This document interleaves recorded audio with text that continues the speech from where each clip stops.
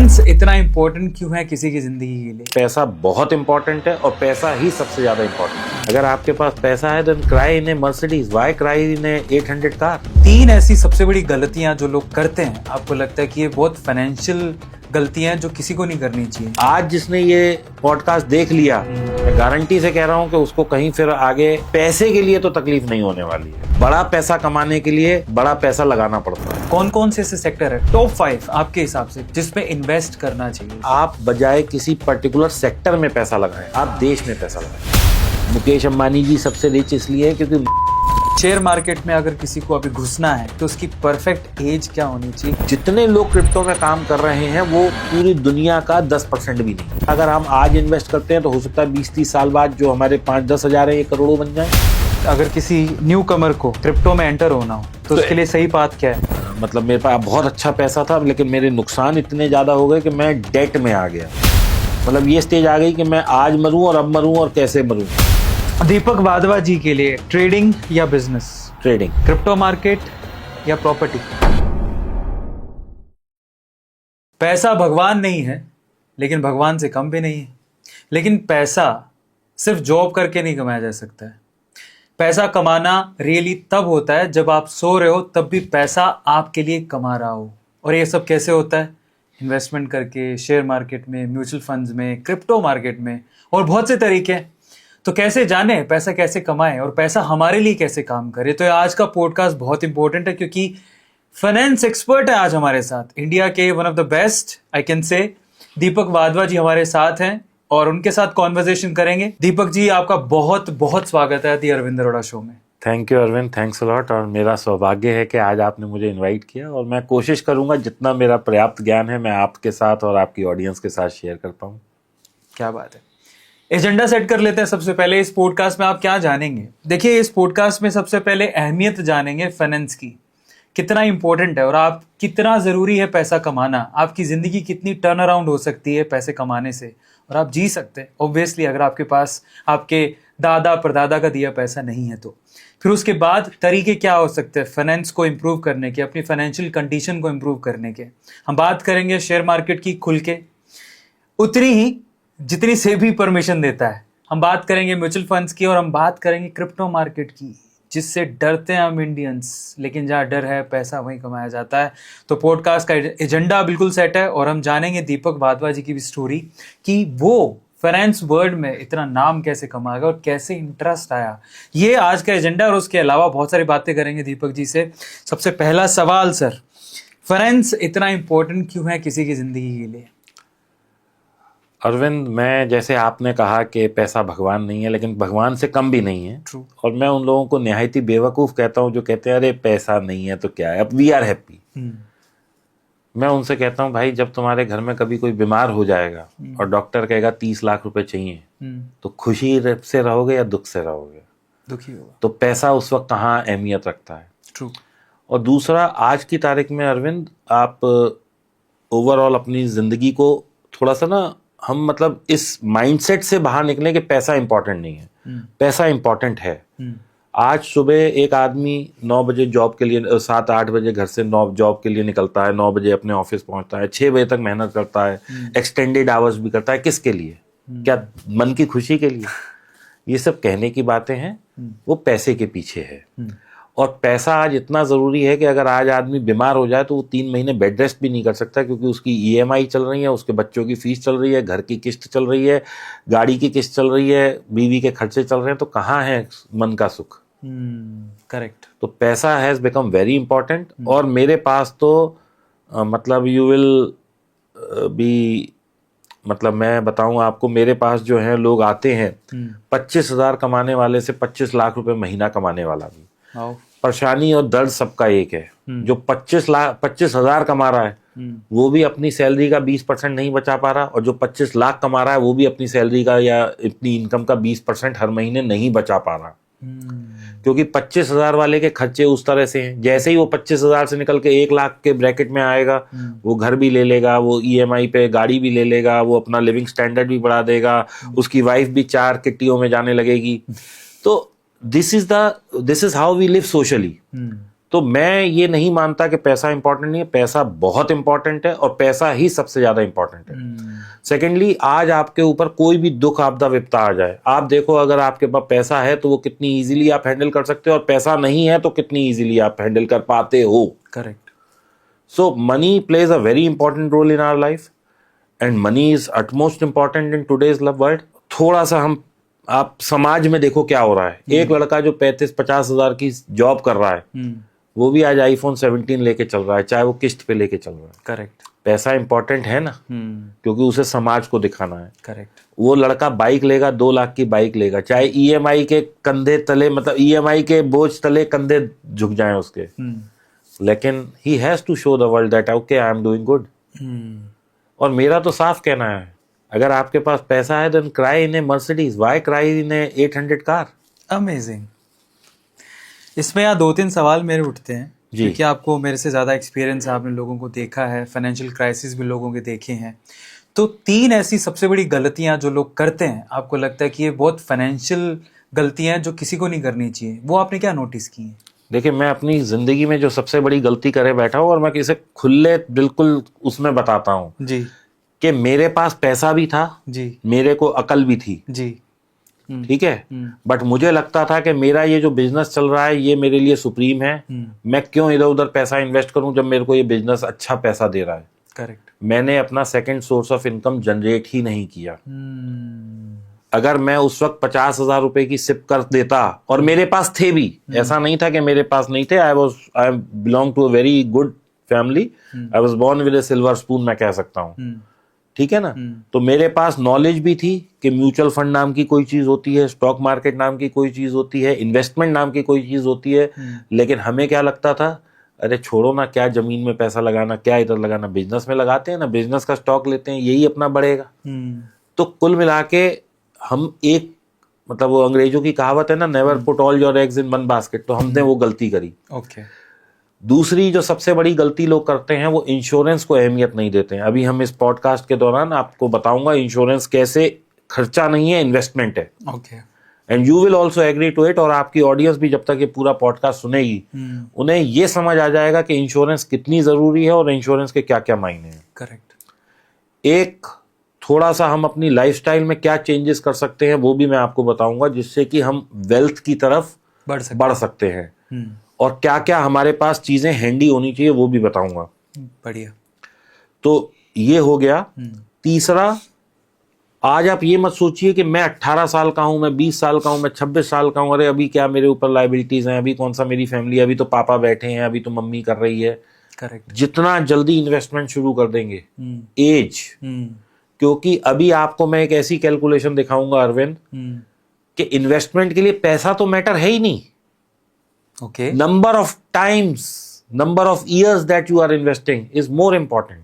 आज जिसने ये पॉडकास्ट देख लिया, मैं गारंटी से कह रहा हूं कि उसको कहीं फिर आगे पैसे के लिए तो तकलीफ नहीं होने वाली है। पहले तो अरविंद मैं आपका ये मिथ तोड़े देता हूं कि बड़ा पैसा कमाने के लिए बड़ा पैसा लगाना पड़ता है। ओके। छोटा पैसा, बड़ा टाइम, 2 चीजें होती हैं इन्वेस्टमेंट में, एक टाइम और एक पैसा। आप कोई भी चार्ट अगर लगाते हैं, जैसे आप चार्ट्स देखते होंगे कि मेरा पैसा, मैंने 1000 रुपए लगाया था, वो ग्रो करके आज 1 लाख हो गया, तो उसमें एक क्या है, टाइम चल रहा है और एक पैसा चल रहा है। तो टाइम आप जितना बढ़ा लेंगे उतना ये पैसा कंपाउंड जल्दी हो जाएगा। बढ़िया। जैसे कि सर ने कहा आपसे कि ये पॉडकास्ट अगर आप देखेंगे तो आपकी फाइनेंशियल नॉलेज बहुत बढ़ेगी और आपको पता लगे आपको क्या करना है।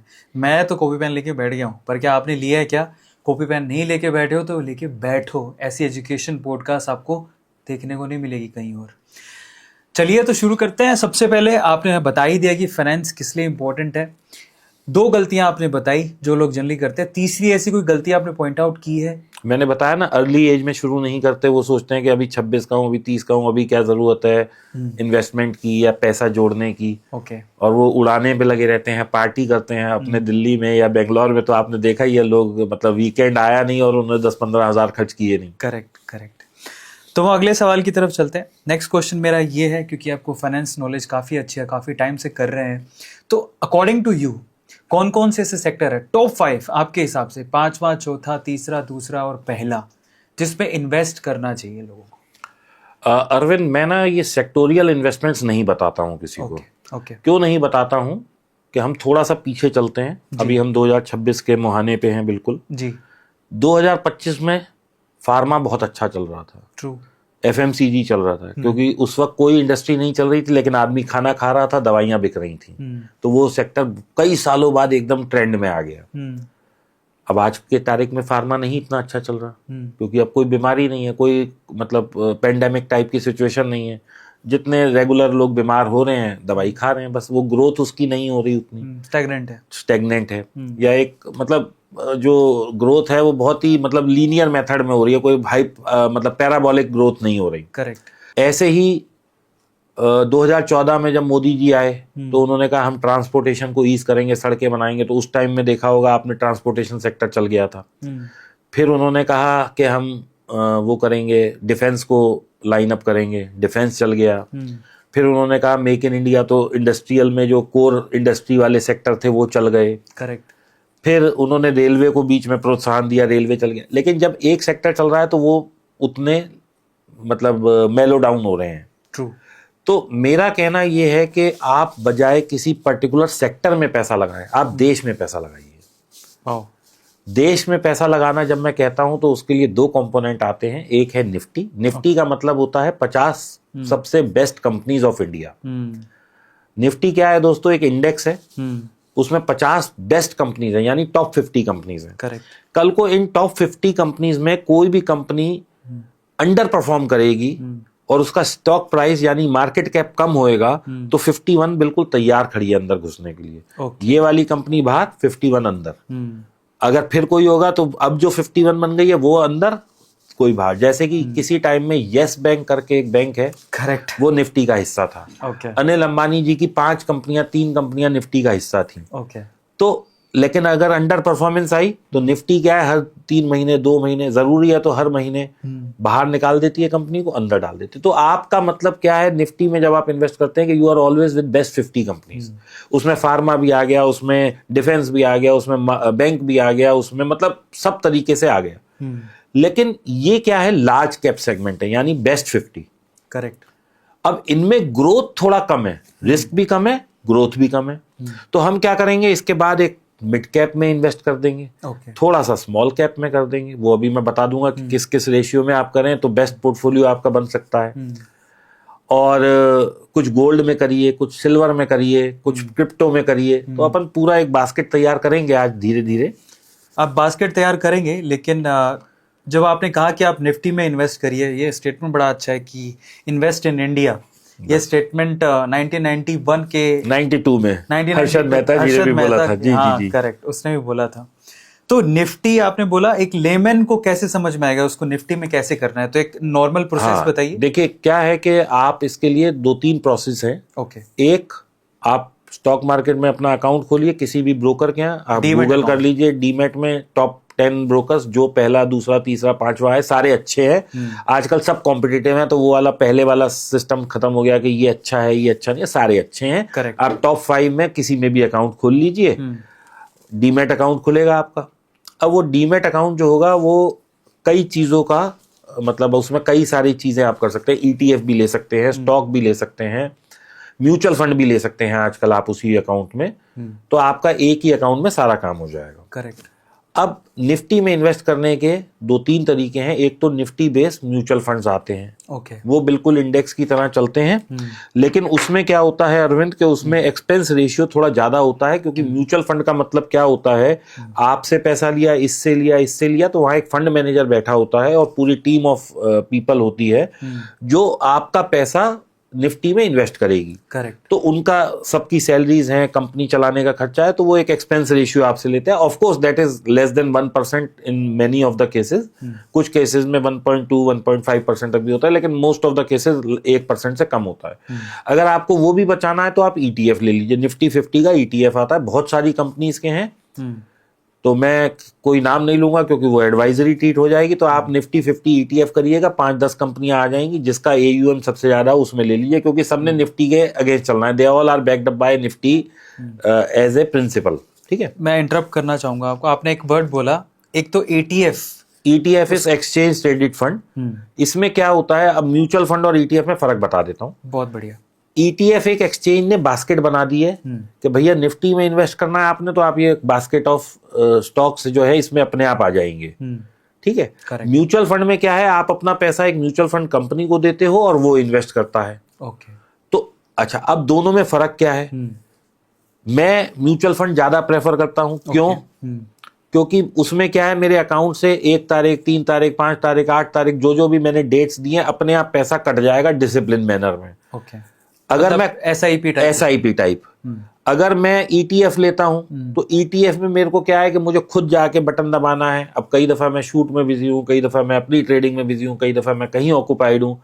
क्योंकि उसमें क्या होता है, फिर मैं अपना दिमाग लगाने लगता हूं, अभी तो यार बाजार मुझे लग रहा है गिर जाएगा, तो थोड़ा सा गिर जाएगा तब ले लेंगे। वो कभी ना गिरता है ना कभी हम ले पाते हैं। तो जो सिप है that is a very disciplined way of investing. तो वो तरीका है। जब हम म्यूचुअल फंड पे आएंगे तो सिर्फ भी एक्सप्लेन करेंगे। तो अभी हम ये बात कर रहे हैं कि निफ्टी में पैसा कैसे लगाएं। करेक्ट। तो निफ्टी में पैसा हम by means of mutual fund लगा सकते हैं, ETF लगा सकते हैं। एक शब्द आपने और बोला था कि AUM, जिस ETF का AUM सही है, क्या मतलब? AUM का मतलब है कि मान लो आज आप एक म्यूचुअल फंड है या आप एक ETF हैं, आप कितना फंड मैनेज कर रहे हैं। ओके। इसको बोलते हैं AUM। ओके। AUM का मतलब होता है asset under management. Asset under management का मतलब है कि आपसे म्यूचुअल फंड ने या ETF ने 1000 रुपए आपसे लिए, 1000 इससे लिए, 1000 ऐसे 5000 हो गए। तो अब 5000 वाला AUM इज बेटर देन 2000 वाला AUM, क्योंकि इसका मतलब लोग उस पर ज्यादा ट्रस्ट कर रहे हैं क्योंकि सब उसे पैसा दे रहे हैं। करेक्ट। तो ऐसे ही म्यूचुअल फंड का भी एक AUM होता है, ETF का भी होता है। तो आप चेक कर सकते हैं, वो गूगल करेंगे सब मिल जाएगा आपको। तो ओवरऑल अगर मैं आपको अभी तक थोड़ा सा इसको मैं बताऊं तो आपको क्या करना है, बेसिकली एक आम इंसान के लिए म्यूचुअल फंड ज़्यादा प्रेफरेबल बताते हैं, बिकॉज वहाँ पर आपको ध्यान नहीं देना है, ऑटोमेटिकली आपका पैसा अकाउंट से कट जाता है। ETF थोड़े इरेगुलर है, लेकिन अगर आपको भरोसा है अपने आप पे कि आप बटन दबा लोगे तो ETF पर आप जाना है आपको। लेकिन ETF को कौन सा सेलेक्ट करना है, जिसका AUM अच्छा हो, असेट अंडर मैनेजमेंट अच्छा हो, मतलब जिसकी ये फैक्टर जितना ज़्यादा होगा लोग ज़्यादा ट्रस्ट करते हैं। नोट्स बनाते रहिएगा, काम आएगा। बहुत बढ़िया सर, आपने म्यूचुअल फंड और ETF में फ़र्क भी बता दिया है, एक जनरल लेमैन की भाषा में फ़र्क बताया है। लेकिन अगर मैं थोड़ा सा और ब्रॉडर लेवल पे जाऊं, क्योंकि इन्वेस्टमेंट जब इंसान सोचता है वो सिर्फ शेयर मार्केट में नहीं सोचता है, बहुत सारे सेक्टर्स हैं इन्वेस्टमेंट के लिए। और मैं आपको चाहूँगा कि आप उसको कैटेगराइज करो कि आप सबसे अच्छा किसको मानते हो। इन्वेस्टमेंट हो सकता है प्रॉपर्टी में, इन्वेस्टमेंट हो सकता है फिजिकल गोल्ड में। मैं अभी सब पे आ जाऊंगा एज वी मूव। बस मैं चाहता हूँ, नहीं आप आओगे, सारे बताऊंगा आपको। जब आप यहाँ से उठोगे तो आपके पास एक ऐसा रेडी रेकनर होगा कि कभी भी आपको इन्वेस्टमेंट करनी है, आपको कहीं नहीं जाना भाई, इस एपिसोड को देख लें। हाँ। और लोग कहेंगे भाई मेरे को पता लग गया। बिल्कुल सही है, लेकिन मैं आपको सिर्फ यहाँ पर इस पॉइंट पर जो सवाल पूछ रहा हूँ रैंक करने को कह रहा हूँ। रैंक में करके जाऊंगा। हाँ, तो अभी आप कर रहे हैं या फिर? और मैं लॉजिक के साथ रैंक करूंगा। हाँ, पर मैं चाहता हूं अभी आप रैंक कर दो, फिर आप लॉजिक आराम से एक एक करके देते। चलो, मैं आज आपसे, पॉडकास्ट मेरा है लेकिन मैं आज आपसे एक बात पूछता हूं कि इंडिया का सबसे बड़ा आदमी कौन है? The richest one. Mukesh Ambani, सबको पता है। वर्ल्ड का कौन है? वर्ल्ड का बिल गेट्स होगा या फिर अपना फॉरेन एलन मस्क। हाँ, एलन मस्क है ना। करेक्ट। आज से सेकंड थर्ड नंबर, दूसरे नंबर पे कौन है वर्ल्ड में? वर्ल्ड में फेसबुक का ओनर मार्क जुकरबर्ग। मैं आता हूं थोड़ा सा। जब हम 93, 95 में थे, जब मैं स्कूल में था, ओके, तब हम एक नाम सुनते थे भाई, बिल गेट्स साहब सबसे रिच है वर्ल्ड में, माइक्रोसॉफ्ट के ओनर हैं। करेक्ट। थोड़े दिन बाद हमने सुना 2000 आते आते कि कोडेक था, जिसका कैमरे आते थे। हाँ, बहुत टूरिज्म बढ़ा, बहुत हुआ, लोग कैमरे और रील आती थी अगर आपको ध्यान हो पहले। तो वो कंपनी ऊपर आ गई। फिर सिटी बैंक का सुना कि 1 बिलियन या 1 ट्रिलियन US डॉलर वाली पहली कंपनी वो बन गई, मार्केट कैप। करेक्ट। थोड़े दिन बाद सिटी बैंक भी हट गई। ओके। उसके बाद जी क्या हुआ, नोकिया नंबर 1 बन गई, क्योंकि नोकिया के मोबाइल एकदम पुश होने लगे। करेक्ट। अभी नोकिया संभली ही थी तो पता लगा जी JP मॉर्गन आ गया बीच में कुछ टाइम के लिए। ठीक है। उसके बाद फिर एप्पल आ गया। फिर एप्पल के बाद मैं समझता हूँ वॉरेन बफे साहब भी आ गए थे कुछ टाइम के लिए। फिर अमेजोन आ गया, जेफ बेजोस। फिर जेफ बेजोस के बाद एक और कंपनी है ज़ारा, जिस फ्रांस की, उनके जो वो थे प्रमोटर, वो नंबर 1 बन गए थे। फिर अभी ये चल ही रहा था दौर एप्पल का काफी टाइम से, तो अब एलन मस्क साहब आ गए। तो ये क्या है, मतलब why, how do we rate them कि ये नंबर 1 हो जाते हैं, ये नंबर 2 हो जाते हैं, ये नंबर 3 हो जाते हैं, ऐसा क्या है? कहाँ लगाए उनका पैसा? जमीनों में लगाए? नहीं, उनका पैसा स्टॉक मार्केट में लगाए। एनवीडिया का जो ओनर है उसने अपना सारा पैसा एनवीडिया के स्टॉक खरीदने में लगा रखा है। मुकेश अंबानी जी सबसे रिच इसलिए है क्योंकि मुकेश अंबानी जी की इक्विटी जो है, यानी कि अपना पैसा रिलायंस के स्टॉक में लगा हुआ है। आपके मेरे पास 100, 200, 500 रिलायंस के शेयर होंगे, उनके पास 5 लाख होंगे, 50 लाख होंगे, 5 करोड़ होंगे, मुझे नहीं पता क्या गिनती है, लेकिन it has to be somewhere around 30-35% of the Reliance is owned by him. Correct, यही मतलब हुआ ना।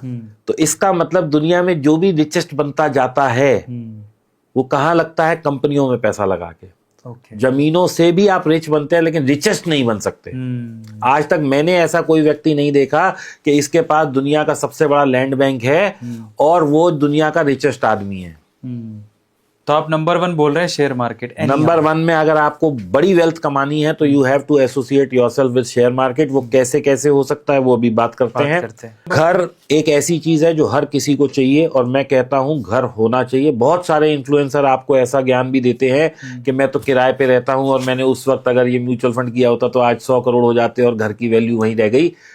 ठीक है, करेक्ट। किस पे निशाना लगा रहे हैं आप? मैं किसी पे निशाना नहीं लगा रहा हूं, मैं सिर्फ ये अपना एक भाव प्रकट कर रहा हूं। ठीक है, मैं आई एम एक्सट्रीमली सॉरी अगर कोई इसे देख रहा है और किसी ने ये बोला है। मैं अपना व्यू पॉइंट दे रहा हूं, मैं गलत भी हो सकता हूं लेकिन मैं इसके प्रॉज एंड कॉन्स दोनों बताऊंगा। प्लीज बताइए, जरूरी है।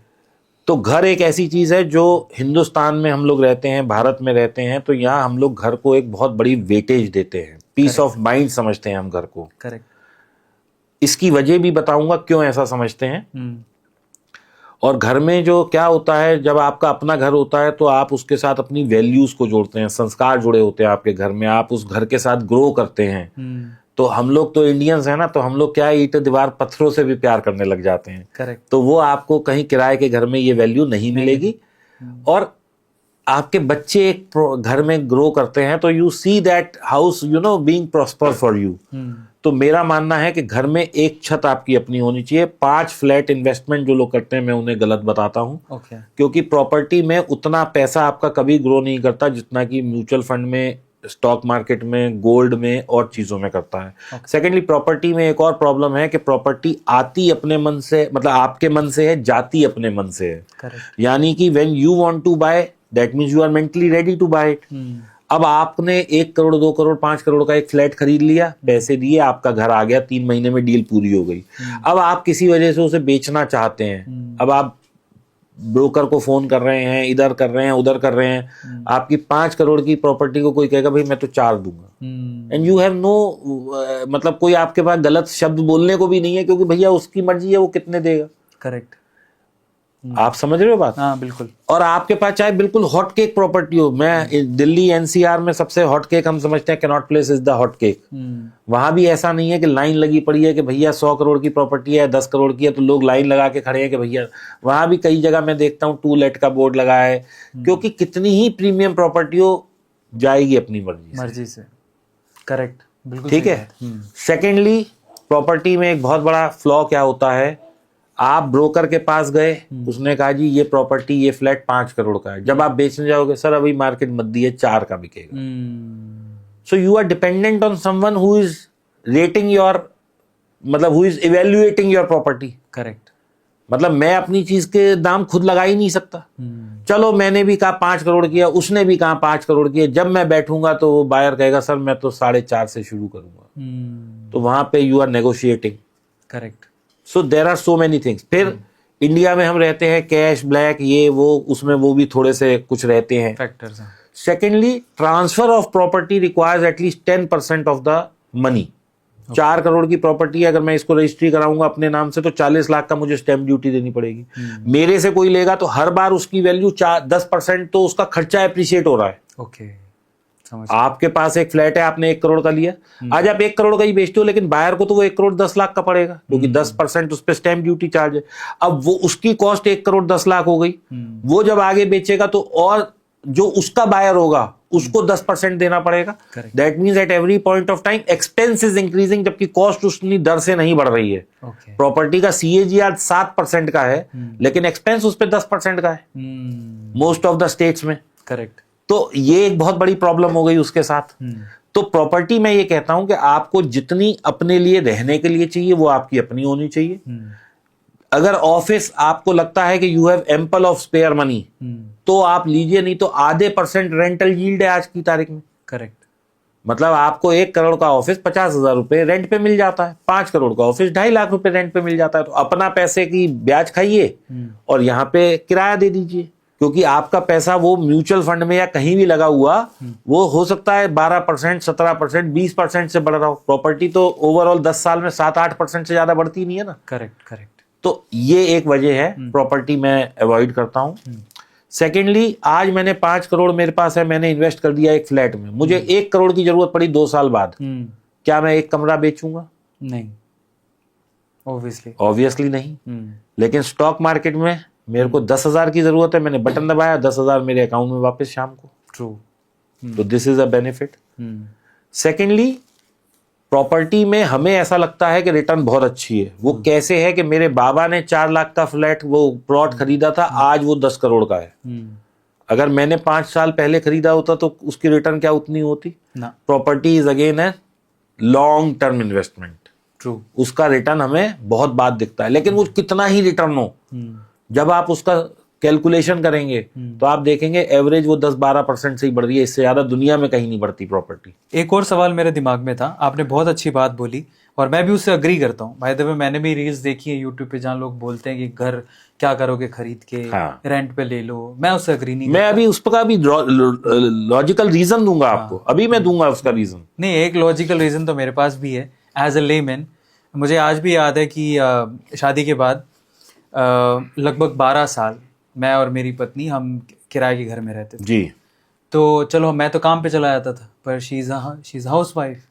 तो आपको पता नहीं ना कि आपका जो टेनेंट है वो कब आ जाए। यस। कि हाँ जी मैं तो घर देखने आया हूँ। तो वो जो बर्डन है अजीब सा, वियर्ड सा, जिसमें वो सिर पे खड़ा हुआ है, वो इतना वियर्ड था कि मैंने सोच लिया था कि जिस दिन मेरे पास पैसा आएगा पहला काम यही करूंगा, मैं घर खरीदूंगा। Yes.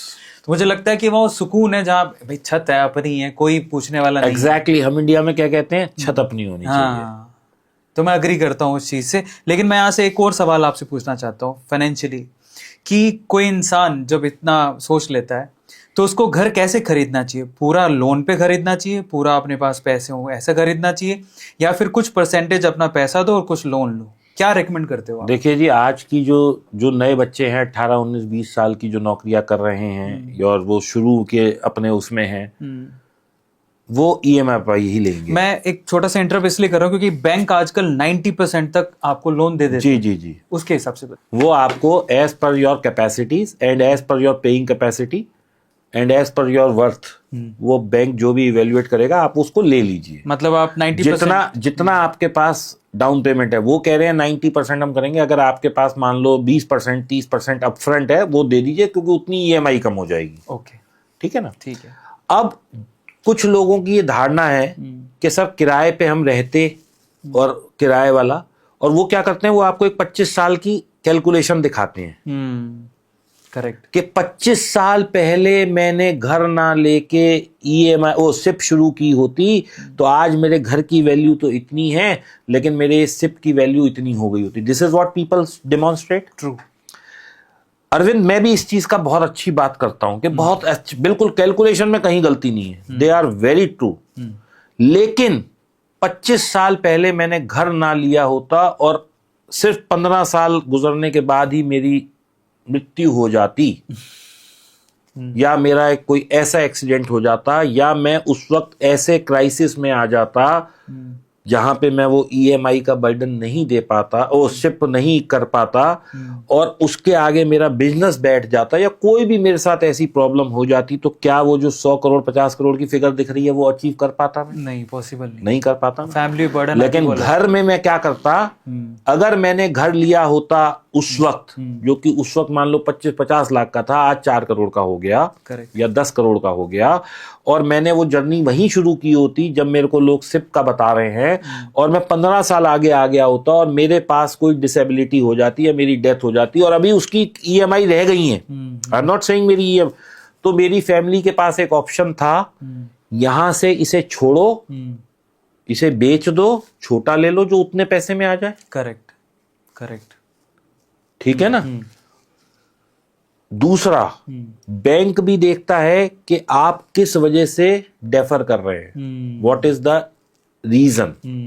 They are also human beings, वो ऐसा बिल्कुल मशीन नहीं है। ठीक है, अगर आपने शुरू में लिया और आप ईएमआई आपकी रेगुलर है तो they will take bitter action, लेकिन 20 साल देने के बाद if you are not able to pay या कुछ है तो दे विल ऑल्सो कंसिडर, क्योंकि उनका भी एक मेजर पोर्शन वो ले चुके हैं। ओके, तो ये चीजें भी बैंक काउंट करता है। बढ़िया। सेकेंडली, आप हर 3 साल बाद you are living in nomadic life. आप आज यहाँ बसते हो, कल कहीं और चले गए। ट्रू। और आपने तो कई पंडितों को भी जानते हो, कई दफा ऐसा भी हो सकता है कि आपको इस घर का वास्तु सूट कर रहा है, अगले का नहीं कर रहा। सही है। फिर क्या होगा? तो there are so many mental tensions. आप अपने घर में रहते हैं तो वो बहुत अच्छा रहता है। तो मेरा कहना ये है कि प्रॉपर्टी एक लीजिए अपने रहने के लिए। हाँ, इन्वेस्टमेंट के लिए प्रॉपर्टी मैं नहीं कहता कि आप लीजिए। मतलब आप जैसे कई लड़के आज की तारीख में मैं देखता हूँ, मेरे बच्चों के भी फ्रेंड्स हैं कि एक में तो हम रह रहे हैं, एक में हम रेंटल यील्ड के लिए ले रहे हैं 20-25 साल में अपना। नहीं भाई, ये this is not a good way. इससे बेटर है कि अगर आप if you are capable of paying that EMI तो बेटर है आप उसकी सिप कर दें।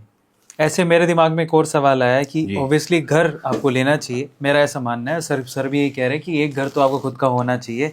अब आते हैं हम लोग एक्सपेंसिव कार, सिर्फ कार नहीं, एक्सपेंसिव कार जिसमें BMW आती है, मर्सिडीज आती है, रेंज रोवर आती है। मोस्ट एक्सपेंसिव तो अलग बात है, एक्सपेंसिव कार्स की बात कर रहा हूँ। उसको मतलब मिड साइज एक्सपेंसिव कह सकते हो। एग्जैक्टली।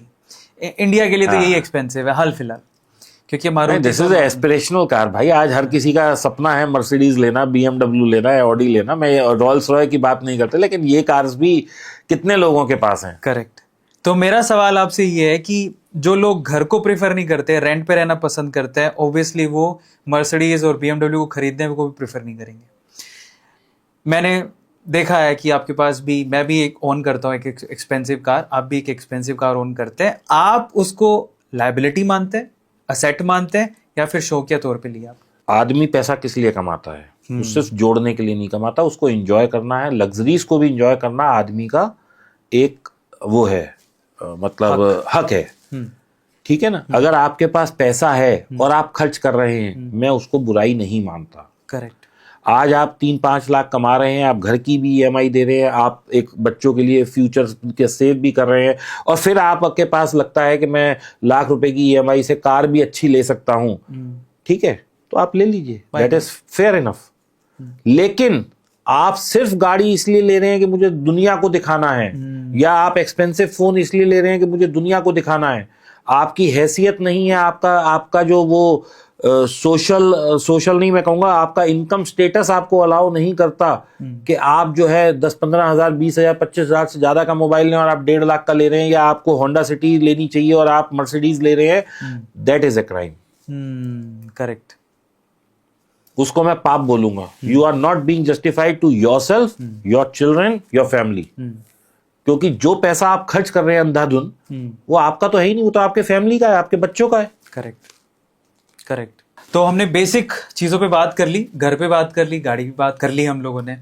अब हम चलते हैं मेन मुद्दे की बात करते हैं। घर और गाड़ी तब आएगा जब आप अपनी जॉब या फिर जो आप करते हो उससे एक्स्ट्रा इनकम कमाएंगे।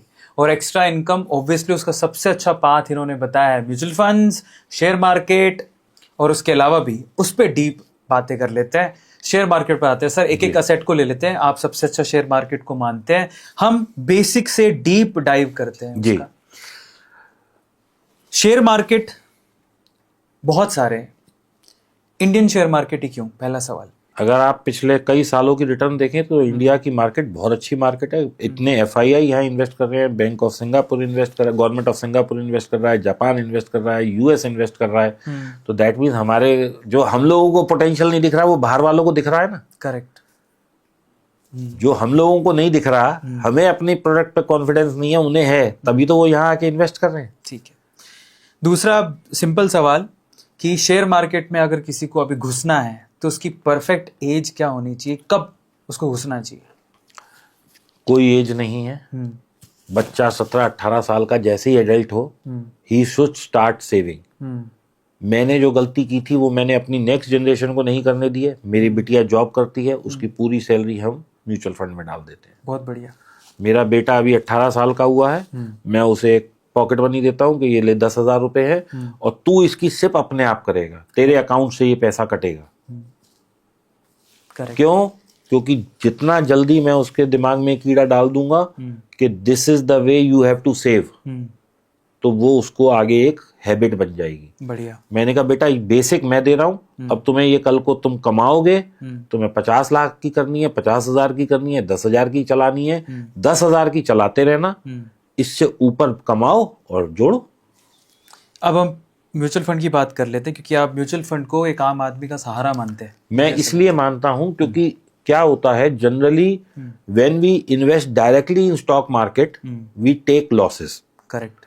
आपने देखा होगा, अगर आप पुराने जैसे अपने फादर से या अपने दादाजी से या घर में बड़े बुजुर्गों से बात करेंगे, वो तो डायरेक्ट तो जुआ बोलते हैं। वो जुआ सट्टा बोलते हैं। वो क्यों बोलते हैं? क्योंकि लोगों को नॉलेज नहीं है। मैं कहता हूं जुआ सट्टा नहीं है। पहले तो मैं इस टर्मिनोलॉजी को सिरे से खारिज करता हूं। करेक्ट। क्यों खारिज करता हूं? आज आपके पास दो ऑप्शन है कि you want to invest in Deepak Wadhwa और you want to invest in mister Mukesh Ambani. आप किस में करेंगे? मुकेश अंबानी। क्यों? क्योंकि ओब्वियसली उन्होंने काफी, उनका ट्रैक रिकॉर्ड है। हाँ। ट्रैक रिकॉर्ड हम कैसे पता है? क्या हम पर्सनली उन्हें जानते हैं? नहीं। उनकी बैलेंस शीट बोल रही है। करेक्ट। राइट। तो जब आप एक कंपनी में इन्वेस्ट कर रहे हैं तो आप उसके साथ टाइम दीजिए। ओके। हम लोग क्या करते हैं जनरली, हम बड़ी कंपनियों में ना इन्वेस्ट करके हम कैसी कंपनियां ढूंढते हैं या हमें कैसी कंपनियां पता लगती हैं, ये 1,000 रुपए का शेयर था, इसमें कोई प्रॉब्लम हो गई, 6 रुपए का आ गया, ये वापस 1,000 चला जाएगा। हम कहाँ अपना सपना संजो रहे हैं जो मरा हुआ स्टॉक है। ऐसे मेरे साथ हुआ था यस बैंक के केस में। हाँ। तो अरविंद चलो अब मैं तुम्हारी ही बात करता हूं, क्योंकि बहुत अच्छा आपने जवाब दिया। आप उसका सेवियर बन के पहुंच गए कि मैं 6 रुपए का स्टॉक या 10 रुपए का स्टॉक ले लेता हूं। जो चीज आपको दिख रही है, क्या वो इतने बड़े FII, DII, म्यूचुअल फंड, ये जो हमारे वेटरन इन्वेस्टर्स हैं, इनको नहीं दिख रही? करेक्ट। तो मैं ही क्यों मसीहा बन के पहुंच जाऊं जो स्टॉक मर रहा है उस पे ऐसे हाथ लगाने के भैया तू गिर रहा है, मैं यहां खड़ा हूं पकड़ने के लिए? नहीं, मेरा लॉजिक अलग था। हम नए नए घुसे थे, नया नया पैसा सेव हो रहा था, जॉब करते थे, तो हमारा जो इंस्टीट्यूट था जहाँ जॉब करते थे उसके सामने यस बैंक था, और हमने किसी से थ्योरी सुनी थी। मैं आपकी भी इस पे सलाह चाहूंगा कि आपके आजू बाजू जो दिखे उसी का शेयर वो मेरी ही थ्योरी थी। आपकी थी क्या? तो मेरे सामने यस बैंक हर दिन दिखता था, और वो दिन काला एक दिन आया जब यस बैंक 400 रुपए से 80 रुपए पे आया, और आप घुस गए, और हम घुस गए सेवियर बन के। हाँ, सेवियर बन के। हमने अब, सोचा कि अब देखो मैं इस पे कहता हूँ, देखिए मैं ये जरूर कहता हूँ कि जो आपके आसपास चीजें दिख रही हैं उसमें इन्वेस्ट करिए, आप हमेशा फायदे में रहेंगे। ठीक है। लेकिन फिर मैं साथ में ये भी कहता हूँ अपने आंख, नाक, कान, मुंह, गला खुला रखिए। करेक्ट। जब कोई चीज इतनी गिर रही है तो वो क्यों गिर रही है? क्योंकि उससे बड़े बड़े लोग एग्जिट कर रहे हैं, वो बेच रहे हैं, तभी बिकवाली आ रही है, तभी गिर रहा है ना। करेक्ट। इसका मतलब कोई बाजार में लेवाल नहीं है, उसका खरीदार नहीं है, तभी वो गिर रहा है। तो जब इतने बड़े लोग निकल रहे हैं तो मुझे भी उसके साथ निकलना है, घुसना नहीं है। When they are not able to find value, how can I find value there? Correct. आप एक चीज सोचो, एक म्यूचुअल फंड है, उसका पहले तो पैसा अपना नहीं है, वो तो पब्लिक का पैसा है, तो वो अगर लगा के भी बैठा रहे उसे कोई फर्क नहीं पड़ता। बस उसे यही सॉरी ही तो बोलना है, नुकसान नफा तो जो इन्वेस्टर है उसका होना है। He only has to say a word sorry। और वो तो आपको पहले ही रेड हेयरिंग प्रोस्पेक्टस पढ़वा देता है ना कि भाई साहब म्यूचुअल फंड निवेश बाजार के जोखिमों के अधीन है।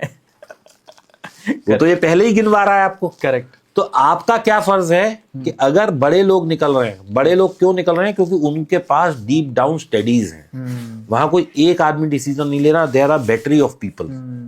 उनकी पूरी टीम है, वो रोज रिसर्च कर रही है, वो मैनेजमेंट से बात कर रही है, they are analysing the stock.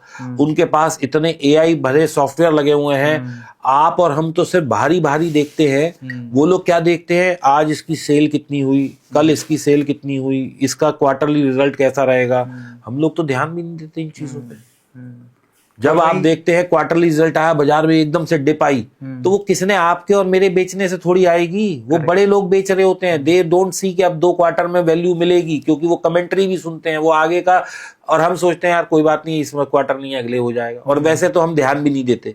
हम क्या सोचते हैं, हमने 1600 में कोई स्टॉक लिया था, वो मान लो 1200 आ गया, इस क्वार्टर का रिजल्ट ठीक नहीं आया, हम कहते हैं यार अच्छा प्राइस आ गया, 1200 में भी घुस जाओ।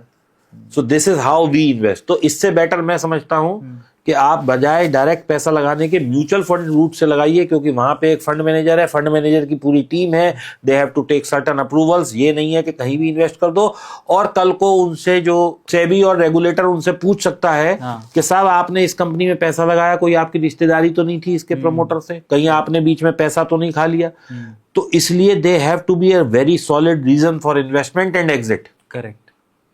तो इसलिए आपने देखा होगा जब भी कहीं बहुत ज्यादा सेलिंग आती है वो फिर आती ही चली जाती है, क्योंकि वो लोग अपना जब ऑफलोड करते हैं पैसा तो ऑफलोड करते ही चले जाते हैं। करेक्ट।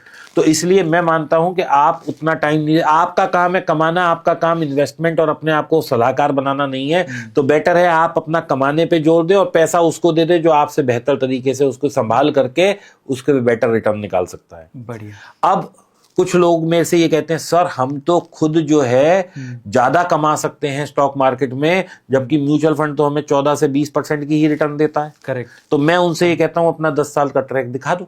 सही बात। अगर तुम्हारा 14% या 20% या 30% से ज्यादा की रिटर्न है तो खुद करो, और इससे कम है तो भाई उसे दे दो। Correct correct correct.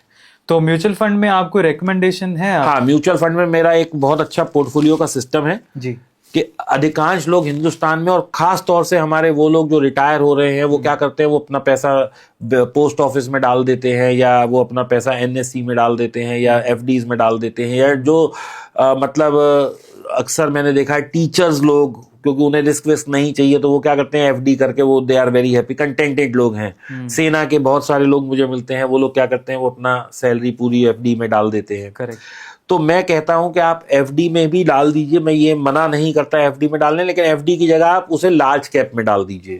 Large cap में क्या होगा, एफडी से बेहतर रिटर्न मिलेगा, गिरेगा। एफडी में क्या है, आपकी कैपिटल नेगेटिव नहीं होती, वो बैंक ही भाग जाए कभी तो बात अलग है, अदरवाइज कैपिटल आपकी एप्रिशिएट ही होती रहेगी। तो आप थोड़ा सा रिस्क लीजिए, लार्ज कैप में डाल दीजिए, ये एक तरीका है। लेकिन जो बच्चे अभी कमाना शुरू कर रहे हैं, मैं उनको कहता हूं अगर उन्होंने 100 रुपए जोड़ने हैं या एनी एक्स अमाउंट, वो 25,000 भी हो सकती है, 50,000 भी हो सकती है, 1 लाख भी हो सकती है, वो 5,000 भी हो सकती है। उसको किस तरीके से पोर्टफोलियो बनाना है मैं वो बता देता हूं। सबसे पहले आपको 15% पैसा डालना है लार्ज कैप में। ओके। ये पैसा धीरे धीरे बढ़ेगा लेकिन स्टेबल रहेगा। कल को आपको कोई भी हारी बीमारी इमरजेंसी आ जाए, आप सबसे पहले इसे तोड़िए। जब आपको पैसे की जरूरत हो इसको निकालिए, क्योंकि ये 15% है तो आपके छोटे मोटे एक्सपेंसेस या उसको कवर कर लेगा। उसके बाद आप थोड़ा सा रिस्क ज्यादा लीजिए, करीब हमने पहले 20%, 15 या 20% उसमें लगाइए। अगला जो 20 से 30% या 25% पैसा आप लगाइए मिड कैप फंड्स में। मिड कैप म्यूचुअल फंड जब आप सर्च करेंगे तो मिड कैप म्यूचुअल फंड भी मिल जाएंगे, ईटीएफ भी मिल जाएंगे। दोनों तरीके से आप जा सकते हैं। ये पैसा उन कंपनियों में लग रहा है जो आगे चल के लार्ज कैप बन सकती हैं आने वाले 20 से 30 सालों में। करेक्ट। तो हम क्या कर रहे हैं, we are playing on growth of India, क्योंकि यही कंपनियां ही तो इंडिया है ना। सब पैसा हम कहेंगे जीडीपी बढ़ रही है, तो कैसे बढ़ेगी जीडीपी? आपके और मेरे कमाने से नहीं बढ़ेगी, जब कंपनियों की ग्रोथ होगी तो जीडीपी बढ़ेगी। क्या, ताकि सब लोगों के पास पैसा है। तो हम हमारा 50% एलोकेशन हो गया। अब हम और ज्यादा रिस्क पे आ जाते हैं, वो 15% पैसा हम स्मॉल कैप में लगा सकते हैं। ये जीरो तो आज तक नहीं सुना है, लेकिन ये जीरो हो भी सकता है, हम ये मान लेते हैं। तो वो 15% पैसा 50% तक भी कभी ड्रॉप डाउन हो सकता है, तो आप वो 15% पैसा स्मॉल कैप में लगा दीजिए। अब हम ये जो सारा पोर्टफोलियो बना रहे हैं अरविंद, ये हम 2-3 साल 5 साल के लिए नहीं, हम कम से कम 20 से 30 साल के लिए बना रहे हैं, 40 साल के लिए बना रहे हैं। क्योंकि मेरा गोल 1-2 करोड़ कमाना नहीं है, मैं तो 100 करोड़ की बात कर रहा हूँ। ठीक है, तो हम उस वाले मॉडल पे चल रहे हैं। We are not working on any small money, क्योंकि जब हम 40 साल देंगे तो हमारा पैसा ग्रो हो जाएगा। ठीक है जी। अब कितना ग्रो होगा, 1,000 रुपए लगाएंगे तो नहीं बनने वाले 100 करोड़, लेकिन हाँ एक रीजनेबल 20-25 हजार लगाएंगे तो वहां तक पहुंच सकते हैं। अच्छा जी, अब क्या हुआ, हमने ये कर दिया। इसके बाद 5% पैसा मैं लगा दूं गोल्ड ईटीएफ में। वो मेरे को ईटीएफ ही लेना पड़ेगा, वो मुझे म्यूचुअल फंड नहीं लेना, क्योंकि गोल्ड के जो म्यूचुअल फंड होते हैं वो क्या होते हैं, फंड्स ऑफ फंड होते हैं। यानी कि वो मेरे से पैसा लगाएंगे, लेंगे, और वो भी ईटीएफ में ही पैसा लगाएंगे। तो आई हैव टू पे ट्वाइस द एक्सपेंस रेशियो। तो इसका बेटर क्या है कि मैं ईटीएफ खुद ले लूं। दूसरा, अभी आपने एक वर्ड यूज किया था, फिजिकल गोल्ड। देखिए, हर व्यक्ति को जो भी कोई भी कमा रहा है, मेरे पिताजी ने मुझे ये आदत डाली थी और मैं अपने बच्चों को भी डाल रहा हूं, और मैं सबसे कहना चाहता हूं, गोल्ड हमारे यहाँ लक्ष्मी जी का स्वरूप माना गया है। तो यदि आप एक वो कर ले कि मेरी एनिवर्सरी पे मैं 10 ग्राम 20 ग्राम या जितने पैसे हैं अपनी वाइफ को कुछ भी गोल्ड गिफ्ट करूंगा, दिवाली पे चाहे एक सिक्का ले लें, 1 ग्राम ले लें, आधा ग्राम ले लें, 100 ग्राम ले लें, जैसे जिसके पास यथानुसार गहना लेंगे, पत्नी भी खुश, घर भी खुश, इन्वेस्टमेंट भी हो गई, और सोना तो भाई सोना ही। करेक्ट। तो आप ऐसे कर लें, और अगर आपको फिजिकल गोल्ड पे वो नहीं है तो आप डिजिटल गोल्ड ले लें, वो दोनों आपकी इच्छा है। एक बहुत अच्छा मेटल जो बार बार ऊपर आ रहा है और इस वक्त बहुत क्रांति मचाए हुए है और पिछले 1-2 साल में बहुत एबनॉर्मस वो लिया है, तो सिल्वर के भी ETF आ गए हैं, सिल्वर भी ले लें आप। ठीक है। कॉपर के बारे में बोलते हैं लोग, कॉपर का भी ना कोई ETF है ना मेटल कहीं मिलता है, तो मैं उसको नहीं कहूंगा, क्योंकि वो सिर्फ रीलों में बिक रहा है, अभी वैसे नहीं खरीद सकते आप। करेक्ट। तो इसलिए मैं गोल्ड पे आपसे सवाल पूछने वाला ही था, आपने बड़ा मैं अच्छा अभी आ रहा हूँ। तो ये हमारा करीब करीब 85% पैसा लग चुका है। ओके। अब 5 से 7% पैसा मैं लगाऊं क्रिप्टो में। ओके। क्रिप्टो क्या है? अभी फर्स्ट जनरेशन ऑफ क्रिप्टोस चल रहा है। हालांकि 75 रुपए वाला बिटकॉइन 1.25 करोड़ टच कर चुका है हमारे यहाँ। करेक्ट। लेकिन अभी भी ये फर्स्ट जनरेशन है, क्योंकि अभी जितने लोग क्रिप्टो में काम कर रहे हैं वो पूरी दुनिया का 10% भी नहीं है, जबकि स्टॉक मार्केट इससे कई ज्यादा है। करेक्ट। तो अभी इसमें बहुत लोगों का पेनिट्रेशन होना है। ओके। तो इसकी अभी ग्रोथ बहुत ज्यादा है, मतलब एबनॉर्मस ग्रोथ है इसी। सेकेंडली, लोग कहते हैं जीरो हो सकता है, हाँ मैं भी कहता हूं जीरो हो सकता है, इसीलिए मैंने भी अपनी नेटवर्थ का या अपनी इन्वेस्टमेंट का 5% डाला। मैं आपसे भी नहीं कहता कि आप बहुत बड़ा चंक डाल दें, 5% डाल दीजिए। वो 5% मेरे लिए हो सकता है 100 रुपए हो, आपके लिए 50 रुपए हो, किसी के लिए 1 करोड़ हो, किसी के लिए 5 करोड़, होना 5% ही चाहिए। क्योंकि किसी दिन गवर्नमेंट ने कह दिया भाई और बहनों आज रात को 8 बजे से क्रिप्टो बंद, तो भाई साहब बंद ही है फिर वो। तो इसलिए आप उस पर रिस्क उतना लीजिए जितना कि बाकी मॉडल से जो कमा रहे हैं वो यहाँ पे अगर ये जीरो हो जाए तो मेरे को फर्क ना पड़े, मतलब मेरी कैपिटल लॉस ना हो। अरविंद, मेरा एक सीधा प्रिंसिपल है कि मेरा कैपिटल लॉस कम से कम होना चाहिए। आज मैंने 1 करोड़ इन्वेस्ट किया, अगर 1 करोड़ का 90 लाख रह जाए मुझे मंजूर है, 1 करोड़ का 50 लाख रह जाए मुझे मंजूर नहीं। तो मेरे को इसलिए अपना कई बास्केट्स में पैसा डालना है। अब इसके बाद जो सबसे इंपॉर्टेंट, जहां हमने शुरू की थी कि बीमा, इंश्योरेंस, मैं इसे क्यों इन्वेस्टमेंट कहता हूं, जबकि आपके अधिकांश जनता जो है वो उसे एक्सपेंस बताएगी। आज मान लीजिए मैंने 5,000 रुपए या 5,000 तो कम हो जाएगा, 25,000 रुपए साल के डाले, क्योंकि मैं तो हर महीने डाल रहा हूं ना। और आजकल आप मेडिक्लेम लें या टर्म इंश्योरेंस लें, वो उसकी पेमेंट मंथली मोड में भी है। करेक्ट। तो मेरी बिटिया भी मंथली मोड में करती है, क्योंकि वो कहती है पापा मैं एक साथ क्यों दे दूं 80,000 रुपए। करेक्ट। मैं तो हर महीने आएगा, हर महीने दूंगी। मैं कहता हूँ बेटा जैसे तेरे को मन करे, क्योंकि आप एक साथ दे दें, मंथली मोड में दे दें, क्वार्टरली, सब में चार्ज बराबर ही है, मतलब कोई उसका फर्क नहीं है। 10-20 रुपए महीना अगर कंपनी ज्यादा लेती है तो वो नेग्लेजिबल अमाउंट है। तो मान लीजिए आपने पूरे साल में 25,000 रुपए मेडिक्लेम दिया या 15,000 रुपए मेडिक्लेम दिया, और आपने ये 15 साल तक दिया, तो कितना पैसा लगा? 2,25,000। करेक्ट। 15 साल बाद आप बीमार हो गए, क्योंकि जैसे जैसे एज बढ़ रही है you are more tend to you are more inclined towards diseases. अब 15 साल बाद जहां आपने 2,25,000 रुपए दिया है, और मैं मान लेता हूं कि ये डबल भी हो जाता है अगर आप इसका ब्याज, क्योंकि बहुत सारे लोग अभी कहेंगे अरे बेवकूफ तूने उसका ब्याज तो जोड़ा नहीं, 2.25 के तो 5 हो जाते अब तक। करेक्ट। मैं कहता हूं 5 लाख दिया आपने, जबकि एक्चुअल हमने दी है वैल्यू 2.25 लाख, लेकिन नोशनल वैल्यू हम 5 मान लेते हैं क्योंकि उतना ब्याज भी आता। करेक्ट। अब आपको हार्ट अटैक आ गया, या कोई भगवान ना करे कभी ऐसा क्लेम लेना पड़े, लेकिन वी ऑल आर ह्यूमन। मैं तो ये कहता हूं मेरे को भी ऊपर जाना है जी एक दिन। मेरे पीछे वाले भी गए हैं, मैं भी जाऊंगा, मेरे आगे वाले भी, सबको जाना है, क्योंकि अमर बेल बूटा खा के कोई पैदा नहीं हुआ।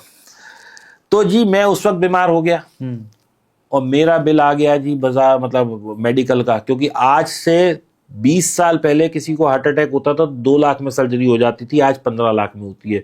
तो मैं उस वक्त मान लूं 40 लाख में होगी, तो 2.25 लाख लगा के 40 मिले, तो ये भी तो मेरी इन्वेस्टमेंट हो गई।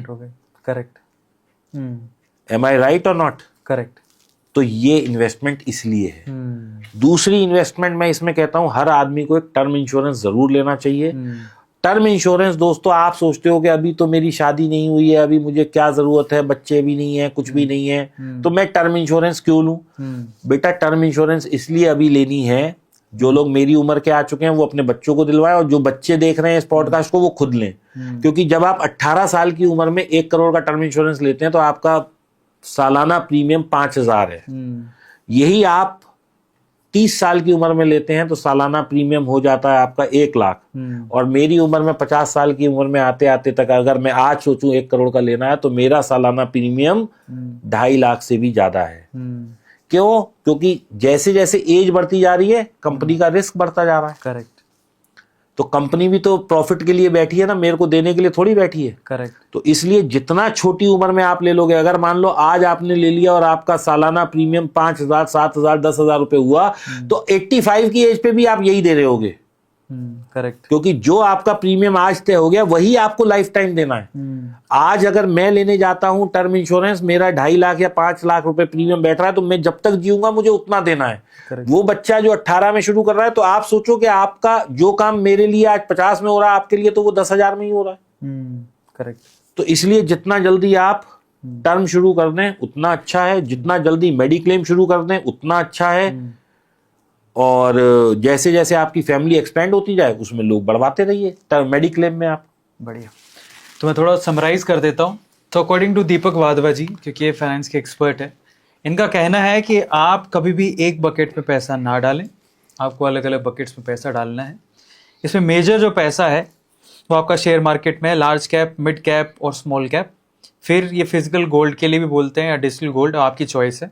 इसके अलावा क्रिप्टो में भी, सिल्वर में भी, और फाइनली इंश्योरेंस बहुत इंपॉर्टेंट है। अब आखिरी में जो इन सब के बाद जो पैसा बच जाएगा उसको आप एफडी में रखिए।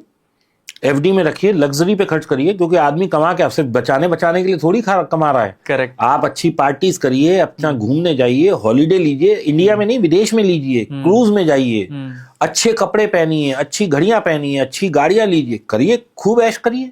अल्टीमेटली आदमी कमा क्या रहा है? सिर्फ मैं जोड़ने के लिए थोड़ी कमा रहा हूँ। सही बात। If I am not consuming that money, why I am earning? Correct, correct, correct. अब थोड़ा सा क्रिप्टो के बारे में बात कर लेते हैं, क्योंकि आपने बोला कि क्रिप्टो फर्स्ट जनरेशन में और उसमें स्कोप ज्यादा है, बहुत ज्यादा। वो जीरो भी हो सकती है लेकिन वो मल्टीफोल्ड भी हो सकती है। देखिए मेरे पास दोनों जवाब हैं, क्यों ऐसा होगा और क्यों ऐसा नहीं होगा। प्लीज बताइए। जीरो क्यों हो सकती है? क्योंकि क्रिप्टो का एक बहुत बड़ा जो वो है वो एनोनिमिटी है। ओके।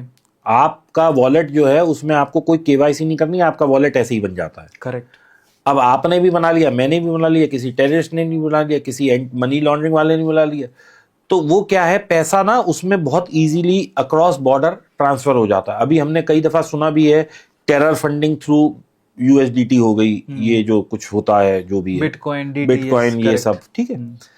तो इसमें क्या है, एनोनिमिटी है। करेक्ट।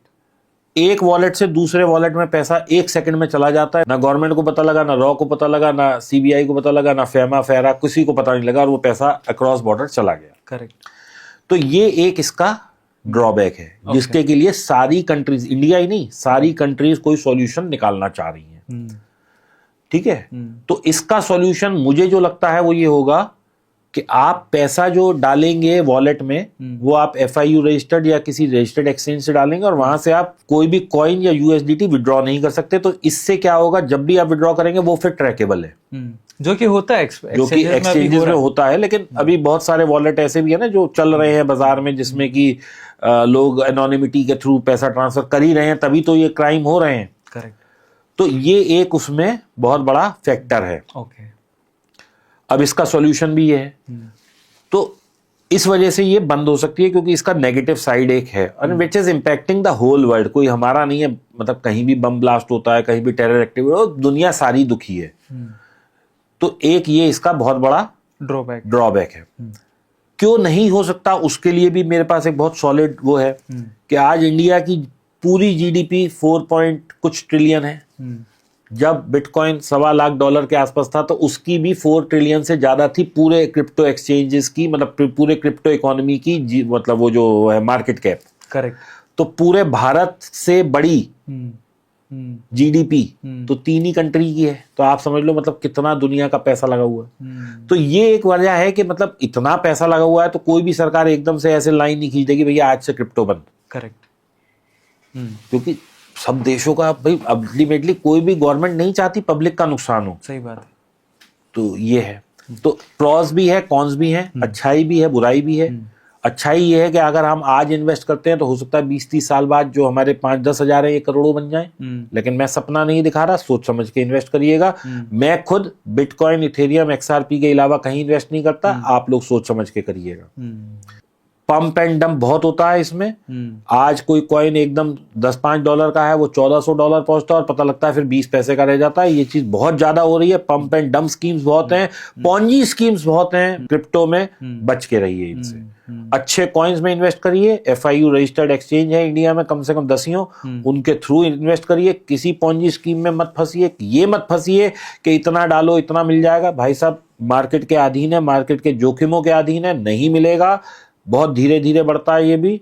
वो जमाना चला गया जब 75 से सीधा 1.25 करोड़ हो गया, उसमें भी 14 साल लगे। कोई कहता है ना कि इतना था, इतना आपके अंदर पेशेंस है 14 साल बैठने की? सेकेंडली बिटकॉइन जब मारता है तो ऐसा मारता है जैसे कहते हैं ना सांप का काटा पानी नहीं मांगता। क्योंकि बिटकॉइन को मैंने भाई साहब अपने पूरे जीवन काल में देखा है। मैं आपको बताता हूँ अरविंद, जब मैंने ट्रेड किया, मैंने देखना शुरू किया था तो वो $1,500-2 हजार का था। वहां से वो $14,000 गया, 14,000 से वापस 3 आ गया। तो जो 7 पे घुसा, 8 पे घुसा, वो 14 तो उसे अच्छा लग रहा था, लेकिन बाद में 3 आ गया। यानी कि आपकी कैपिटल ऑलमोस्ट 80% गिर गई, जो 14-13 पे घुसा होगा। फिर वो 3 से उठना शुरू हुआ और कई साल वो 3 रहा, करीब 4 साल वो 3 के उस पे रहा। फिर वो उठना शुरू हुआ, वो 16 तक गया, 20 तक गया, 20 से फिर वो 12 आ गया। यानी कि again a fall of almost 50-60%। फिर वो वहां से उठा 40,000, फिर वो 20 आ गया। फिर वो 70,000 गया, 70 से फिर वो 30,000 आ गया, 30,000 से फिर वो 1 लाख गया, 1 लाख के बाद फिर वो 60,000 आ गया या 50,000 आ गया। फिर वो अभी 1.25 लाख गया, 1.25 लाख से फिर वो अब 80,000 पे खड़ा है। तो अभी कहने को 80,000 है, लेकिन 1.25 लाख या 1.20 पे जो घुसा होगा उसका तो 50% सुपड़ा साफ है। सही बात।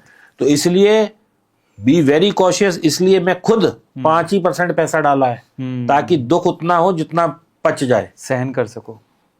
लेकिन फिर भी अगर किसी न्यू कमर को क्रिप्टो में एंटर होना हो तो उसके लिए सही बात क्या है? FIU रजिस्टर्ड एक्सचेंज है इंडिया में बहुत सारे, मैं नाम नहीं लूंगा, लेकिन आप गूगल कर लीजिए और वहां से पता लग जाएगा।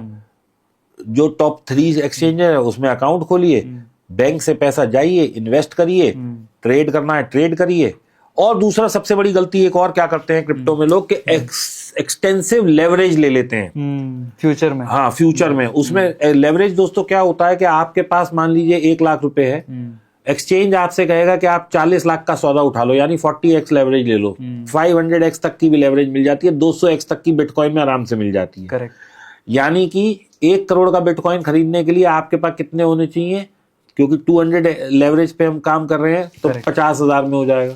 अब उसने आपको खरीदवा दिया, उसका क्या फायदा है? उसका पैसा जो आपको वो दे रहा है उस पर वो ब्याज ले रहा है एक्सचेंज, प्लस उसको दलाली ज्यादा मिल रही है जिसे ब्रोकरेज कहते हैं। आपका क्या नुकसान है कि 1 करोड़ वाली चीज अगर 99,50,000 रह गई तो आपके तो 50,000 पूरा सुपड़ा साफ हो गया, तो आप लॉस में आ जाएंगे। ठीक है, तो it is not a win win situation for both of. आप अगर फ्यूचर में काम कर रहे हैं तो फ्यूचर ऑलरेडी लेवरेज प्रोडक्ट है।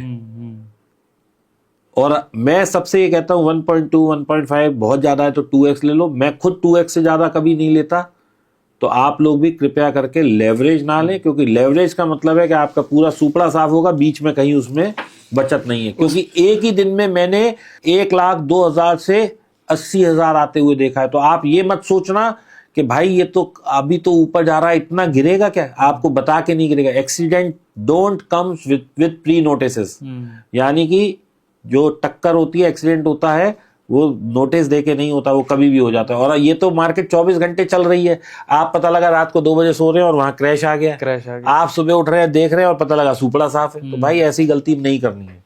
ये 2% भी इतना सेफ नहीं है। लोग 2% में भी लिक्विडेट हुए हैं इन्हीं दौरान। 2x में हुए हैं बहुत लिक्विडेट, लेकिन फिर भी अगर लेवरेज लेनी है तो उतनी ही ले लो जितनी पच जाए। करेक्ट। और क्रिप्टो में आप क्रिप्टो को 5% ही बताते हैं कि इसमें ज्यादा इन्वेस्ट नहीं करना चाहिए। लेकिन फिर भी अगर मैं आपसे पूछूं, आपके टॉप 5 कॉइन्स कौन से हैं जहां पर आप ट्रस्ट करते हैं कि आपका पैसा सेफ है? देखो, मैं खुद जो करता हूं, मैंने अभी पहले भी बोला है, जी। आप एक वो है वेबसाइट, उसका नाम है कॉइन मार्केट कैप। हाँ वो बाइबल है इसकी, हाँ। सबसे पुरानी साइट है और उसमें सब पता है कि किस कॉइन का क्या मार्केट कैप है, क्या वाइट लेवल है, क्या वो है, क्या प्रोजेक्ट पे काम कर रही है, किस एक्सचेंज पे ट्रेड हो रहा है, कौन कौन से ब्रोकर हैं, सब आता है उसमें। ठीक है, करेक्ट।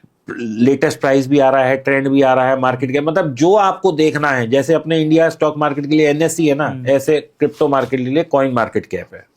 अब उसमें आप जाइए और टॉप 10 कॉइन्स देखिए, तो सबसे पहले नाम किसका आएगा? बिटकॉइन का। सबसे बड़ी मार्केट कैप भी उसकी है, तो मैं कहता हूं सबसे पहले आप बिटकॉइन में पैसा लगाइए, इथेरियम में लगाइए, एक्सआरपी में लगाइए, सोलाना में लगाइए, बीएनबी बाइनेंस कॉइन जो है उसमें लगाइए। बस ये 5 कॉइन हो गए।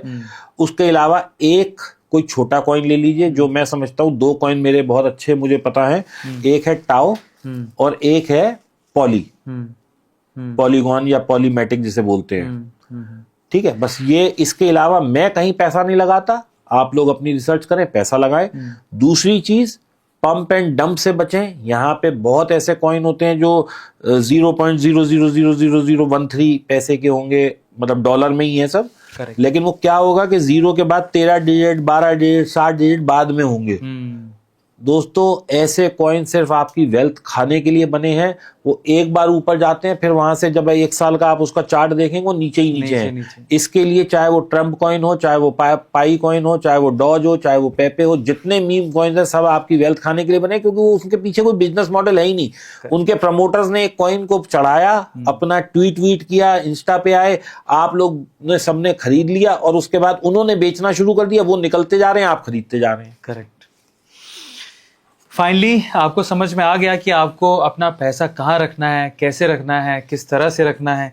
क्वेश्चन अगर और भी कोई दिमाग में है आपके, तो वो आप कमेंट सेक्शन में लिख देना। हम लोग अगली बार जब दीपक सर से फिर से पॉडकास्ट करेंगे तो उसके जवाब, आपके सवाल के थ्रू ही उनके जवाब लेंगे। अब थोड़ी आपकी पर्सनल लाइफ के बारे में भी जान लेते हैं। काफ़ी कुछ रिसर्च किया है आपने, इनफैक्ट उसका इम्पैक्ट आपके बच्चों पे भी दिख रहा है। आप अपने बच्चों को भी ऑब्वियसली उस तरह से गाइड कर रहे हैं। जी जी। और आपने जो हमारे बच्चे देख रहे हैं, हमारे जो लोग देख रहे हैं, उनको भी आप प्रॉपरली गाइड कर रहे हैं। ये दीपक वाधवा जी की जर्नी कैसे शुरू हुई? क्योंकि आप, मैंने ऐसे सुना जब हम बात कर रहे तो आप सेरेमिक का बिजनेस करते थे। जी, मेरा सेरेमिक का काम था एंड मेरे फादर से वो मैंने इनहेरिट किया था जी, और हमने काफ़ी अच्छा उसको ग्रो भी किया जी। 2012 में क्या हुआ अरविंद के, मतलब जो सिरेमिक कलर टेक्नोलॉजी थी वही ऑब्सलीट हो गई। ओके। तो मुझे वो चलती हुई फैक्ट्री जिसका मेरा बहुत अच्छा टर्नओवर था वो बंद करना पड़ा, क्योंकि जो उसका ट्रांसफॉर्मेशन कॉस्ट था वो इतना ज़्यादा था कि अगर मैं उसको लेता तो मुझे बैंक लोन लेना पड़ता। करेक्ट। वो आज तक मेरी कई, शायद हो सकता है मेरी अगली जनरेशन भी वो किस्तें ही चुका रही होती, क्योंकि वो बहुत बड़ा पैसा चाहिए था उसके लिए। तो वो फिर हम लोगों ने ये डिसाइड किया कि भाई इसको बंद करते हैं। तो उसके बाद मैंने कई बिजनेसेस किए। जैसे सबसे आसान बिजनेस इंडिया में क्या है भैया, पैसा हो आपके पास तो आप प्लॉट खरीद लो, बिल्डर बन जाओ, उस पर बिल्डिंग बना लो, इन्वेस्टमेंट कर दो। तो वो कहीं जाके मेरी साइकी को सूट नहीं किया। तो मेरे को फिर ये एक थोड़ा सा लगा, क्योंकि मेरा काफ़ी टाइम से इंटरेस्ट था स्टॉक मार्केट में। तो मैं स्टॉक मार्केट में आ गया और दैट वाज द, मतलब वो एक काला, जैसे आपने कहा ना काला दिन आ गया, तो वो काला दिन आ गया और मैं इसमें घुस गया। और अरविंद, मैंने अपनी लाइफ में बहुत स्ट्रगल किया फिर उसके बाद। मतलब आई वाज, मतलब मेरे पास बहुत अच्छा पैसा था, लेकिन मेरे नुकसान इतने ज़्यादा हो गए कि मैं डेट में आ गया। मेरे सारे एसेट बिक गए, घर बिक गया, मकान बिक गया, फैक्ट्री का जो हिस्सा मेरे हिस्से में आया था वो बिक गया। तो मतलब I was in deep debts. Okay. और मतलब आप, मेरी जर्नी वैसे तो कई पॉडकास्ट में मैंने करी है, लेकिन उसको अब बार बार नहीं बोलते। मतलब ये स्टेज आ गई कि मैं आज मरूं और अब मरूं और कैसे मरूं, ये सोचना पड़ रहा था। कैसे और बाहर निकले उससे बाहर निकलने में जी मेरी पत्नी का बहुत बड़ा सहयोग है इसमें। पहले सहयोग ये कि उसने मुझे एक हॉस्पिटल में जाके एडमिट कर दिया कि अब तुम जियो या मरो, हमारे से दूर हो जाओ, क्योंकि अब हमारे पास और कुछ खोने और बेचने को है ही नहीं। क्योंकि हम कुछ भी होता था उसे, मैं गोल्ड होता था बेचता था और मार्केट में पैसा, क्रेडिट कार्ड से लोन लिया, मार्केट में पैसा, यहाँ से लोन मिला, वहां से पैसा, गाड़ी बेची, मार्केट में पैसा। तो मुझे लगता था यार यही, दिस इज इजी मनी, मैं कमा सकता हूँ यहाँ से। फिर उसके बाद जब मैं हॉस्पिटल से वापस आया, या हॉस्पिटल में भी मैं था, तो हॉस्पिटल में डिप्रेशन और इसका एंजाइटी का सिर्फ एक ही इलाज होता है इंडिया में या कहीं भी, वो आपको एक सेडेटिव देते हैं, फिर 1-2 दिन बाद आप सो के उठते हो, फिर वो खिलाते पिलाते हैं ताकि आपको जान रहे आपके, फिर वो सेडेटिव दे देते हैं, फिर आप लेटे रहो, कुछ करने को है मतलब कोई ऐसी बीमारी नहीं, पेन हो रहा है कुछ हो रहा है तो आपको अरे मेरा पेन हो रहा है ये है, कुछ एंटीबायोटिक चल रहे हो, कुछ हीलिंग हो रही है। डिप्रेशन में क्या हीलिंग है? करेक्ट। आपको वो सुला देते हैं ताकि आपका कंपोजर जो है वो काम हो जाए, फिर आप उठते हो, फिर आपको टेंशन होने लगती है पैसे की, फिर आपको वो सुला देते हैं। भाई यही होता है मतलब डिप्रेशन में। करेक्ट। तो मुझे लगा यार ये पैसा मतलब मेरा नहीं है, मेरे इससे मेरी तो लाइफ इम्पैक्ट हो ही रही है। करेक्ट। लेकिन अब मैं यहाँ पढ़ा हूँ तो मेरे बच्चे मतलब कहाँ से पैसा अरेंज कर रहे होंगे, क्योंकि हॉस्पिटल जाओ तो 10-20-50 हज़ार डेली का खर्चा है। करेक्ट। तो मैं तो इसी टेंशन में आ गया कि मतलब मेरी बीवी पैसा ला कहाँ से रही होगी इसे करने के लिए, मतलब वो और क्या बेचेगी, हमारे पास क्या ऐसा है जो मुझे नहीं पता और वो कर रही है। तो मतलब वो स्टेज आ गई। तो मुझे लगा नहीं यार ये ना गलती कहीं हो रही है। तो वो जो मैंने सोचा, मैंने दृढ़ निश्चय किया कि भाई अब मैं सीखूंगा और मैं करूंगा। Okay. And you won't believe, मैंने उसके बाद भी 40 लाख का लोन लिया और मैंने सीखना शुरू किया, क्योंकि मेरे अंदर ये था कि अब मुझे सीखना और ये मार्केट से पैसा मुझे वापस लाना है। ओके। मैं सीखता गया सीखता गया सीखता गया। उसके बाद भी मेरे लॉसेस नहीं बंद हुए। फिर मेरी बीवी ने मुझे ये कहा कि दीपक आपने अपने मन की कर ली, नहीं आ रहा ना पैसा, अब आप मेरे मन की कर लो एक बार। ओके। अपन वैसे भी रोज लूज कर ही रहे हैं, क्या होगा और लूज कर देंगे। मैंने कहा चल भगवान तेरी मन की कर लेते हैं। And that was the day I started making money. जो स्ट्रेटेजी अब मैं लोगों को भी सिखाता हूँ या मैं बताता हूँ या मैं खुद कर रहा हूँ, वो मेरी पत्नी ने मुझे दी है। वो क्या थी एग्जैक्टली? वो ये थी कि ऑप्शंस छोड़ दो, फ्यूचर पे आ जाओ। ओके। तो फ्यूचर में आपने पैसा कमाया। मैंने फ्यूचर में पैसा बनाया। और एक फाइनेस्ट स्ट्रेटेजी सिंपल सी जिससे आपने पैसा कमाया, जो सिंपल लगती है। छोटा मोटा हेज कर लो। हाँ। अनलिमिटेड लॉस से लिमिटेड लॉस में आ जाओ, बढ़िया बस। और पकड़ के बैठे रहो। आपने एक फ्यूचर खरीदा 2000 पॉइंट नीचे, 3000 पॉइंट नीचे, 5000 पॉइंट में, जो आपको समझ आती है, जितना आपके पास पैसा है, आप कह दो मेरा। देखिए क्या होता है, हम लोग फ्यूचर करते हैं, अनलिमिटेड लॉस में चले जाते हैं। जैसे अभी आपने कहा लिक्विडेट हो जाता है। करेक्ट। अब ये चीज आप क्रिप्टो में भी कर सकते हो। आपको लग रहा है कि आपने 1 लाख रुपए हैं, 3 लाख का माल खरीदा और ये यहाँ पे जाके लिक्विडेट हो जाएगा, आप वहां की पुट खरीद लो, वो लिक्विडेट ही नहीं होगा। बढ़िया। ठीक है, इसको हेजिंग बोलते हैं। हाँ। हमने हेजिंग पे काम किया, मेरी बीवी ने मुझे रास्ता दिखाया और मैंने फिर उस पे अपनी स्ट्रेटेजीज पे वर्कआउट करना शुरू किया। कम से कम मैंने 50,000 लाख रुपए तो बैक टेस्टिंग पे खर्च कर दिए, सॉफ्टवेयर पे सब्सक्रिप्शन दे के कि अगर मैं इसको करूं और ये करूं तो कैसा रहेगा, ये करके ये करूं, ऐसे हेज करूं। फिर आपको मेहनत, देखिए मेहनत करनी पड़ेगी अरविंद, जिंदगी में आप भी यहाँ तक पहुंचे हो मेहनत करके पहुंचे हो। कोई किसी को ऐसा नहीं होता कि बस पकी पकाई चीज मिल जाए। करेक्ट। आप लॉस ले रहे हो तो भी आप मेहनत करके लॉस ले रहे हो, बैठे बैठे लॉस नहीं होता। आप रोज उठते हो, रोज मार्केट में आते हो, रोज अपना सोचते हो कि आज मुझे फायदा होगा, लेकिन बस आप में और मेरे में फर्क क्या है कि मैं लॉस बहुत छोटा काट देता हूँ, प्रॉफिट को लंबा पकाता हूँ। दूसरा, मैं आप कितने अच्छे ट्रेडर सही, आप मुझसे कह के जाओगे भाई ये खरीद लो, मैं नहीं खरीदूंगा। ओके। क्यों? मैं देखूंगा कि मेरे चार्ट पे सेटअप बन रहा है या नहीं। चार्ट पे बनेगा, मैं फुल ऑन कूद जाऊंगा उसमें। आपने मुझसे कहा 100 पे ले लो, मैं 100 पे लूंगा, आप 70 तक बैठे रहो, मुझे मतलब नहीं है। मैंने 100 वाली चीज पे को 95 में निकलना है, दोबारा ऊपर आएगी, मैं 95 में दोबारा घुस जाऊंगा। करेक्ट। लेकिन मैं अपने लॉस को लंबा नहीं कैरी करूँ। 80 में आप यस बैंक में घुसे, आपको 70 में निकलना चाहिए था, आप 6 रुपए तक पकड़ के बैठे हो, ये आपकी गलती है। करेक्ट। आप 70 पे निकल जाते, 10 का लॉस होता, कहीं और कवर कर लेते। सही बात। जब दोबारा घूम फिर के 70 आता तो भी तो वो घुसने देता आपको, ये थोड़ी कहता ना ना ना अब नहीं घुसेगा तू, पहले तू निकल चुका है। ऐसा तो नहीं है। आप 70 पे चाहे डबल से घुस जाते, फिर 80 आता, फिर निकल जाते। छोटा loss, never marry your losses. शादी एक बार हो गई बीवी से, बस उसके अलावा और किसी से मैरी नहीं करना भाई। अपन का सीधा सा कोट है, never marry your losses, talk to the charts. ये चार्ट आपको सब बताएगा, किसकी कंपनी में क्या घोटाला हो रहा है, किसकी कंपनी में क्या लफड़ा हो रहा है, उसका प्रॉफिट आ रहा है, उसकी कंपनी कैसी कर रही है, वो क्या। ये चार्ट जो है ना गूंगा होता है, लेकिन ही टॉक्स ऑल एवरीथिंग। भगवान पे विश्वास रखते हैं? बहुत जरूरत से ज्यादा जी। कारण ये है कि मतलब मैं जब भी परेशान होता हूँ, व्याकुल होता हूँ, तो मैं मंदिर जाता हूँ या किसी आश्रम में जाता हूँ या भगवान के मतलब मंदिर ही जाता हूँ, आश्रम में ज़्यादा बिलीव नहीं करता। तो मुझे बहुत सुकून मिलता है और कहीं ना कहीं से ऐसा लगता है कि भगवान कुछ राह दिखा रहे हैं। तो इसलिए मेरा असीम मतलब जिसे कहते हैं ना, सुबह उठते के साथ मेरा जो दिन शुरू होता है वो मैं एक भगवान के मंत्र से ही शुरू करता हूँ, और मतलब पूरे दिन में मेरी एक्टिविटी रहती है भगवान के साथ। जब आपका बुरा वक्त चल रहा था तब आपने महसूस किया था इनकी प्रेजेंस को कि इनकी ज़रूरत बहुत ज़्यादा है? मैं ना थोड़ा सा फिलॉसफी को भी मानता हूँ और प्रैक्टिकल भी ज़रूरत से ज़्यादा हूँ। एक उदाहरण देता हूँ आपको। महाभारत तो हम सब ने देखी है, B.R. चोपड़ा जी ने बहुत अच्छी फिल्म अंकित की थी, बहुत बढ़िया चली, सब अभी तक देखते हैं, यूट्यूब पे अवेलेबल भी है। तो भगवान श्री कृष्ण अगर चाहते, अगर वो चाहते तो 1 मिनट में दुर्योधन को मारते और ये युद्ध होता ही नहीं। सही बात है। इतने लोग नहीं मरते, इतना सब गीता की रचना नहीं होती। लेकिन उन्होंने अर्जुन से क्या कहा, तू लड़, मैं तेरे पीछे हूं। That is a symbolic. Correct. वो जो हम देखते हैं विष्णु जी लेटे हुए हैं और लक्ष्मी जी उनके चरणों में बैठी हैं, वो भी सिंबॉलिक है। वो क्या सिंबॉलिक है कि बेटा जीवन जो है वो इतना कठिन है कि तेरे को सांप के मतलब बिल्कुल तेरे ऊपर शेष नाग है, किसी भी दिन डट सकते हैं। लेकिन इन कठिनाइयों के साथ भी अगर तू अपना जीवन बिल्कुल काम और बिल्कुल आराम से जी सकता है तो लक्ष्मी जी तेरे कदमों में होंगी। This is a symbolic. क्या बात, बहुत बढ़िया। क्योंकि भगवान ने आके ये कृतियां नहीं बनाई, ये तो आर्टिस्ट ने बनाई है ना। करेक्ट। भगवान की कृतियां नहीं है ये लक्ष्मी जी का स्वरूप, ये राम जी का स्वरूप, ये जैसा उस भाव को देखा उस आर्टिस्ट ने पोर्ट्रे किया कि राम भगवान ऐसे हैं, कृष्ण भगवान ऐसे हैं, शिव जी ऐसे हैं, तो ये सब कृतियां बनी हुई है, ये भगवान ने आके कहीं से नहीं भेजी है। करेक्ट।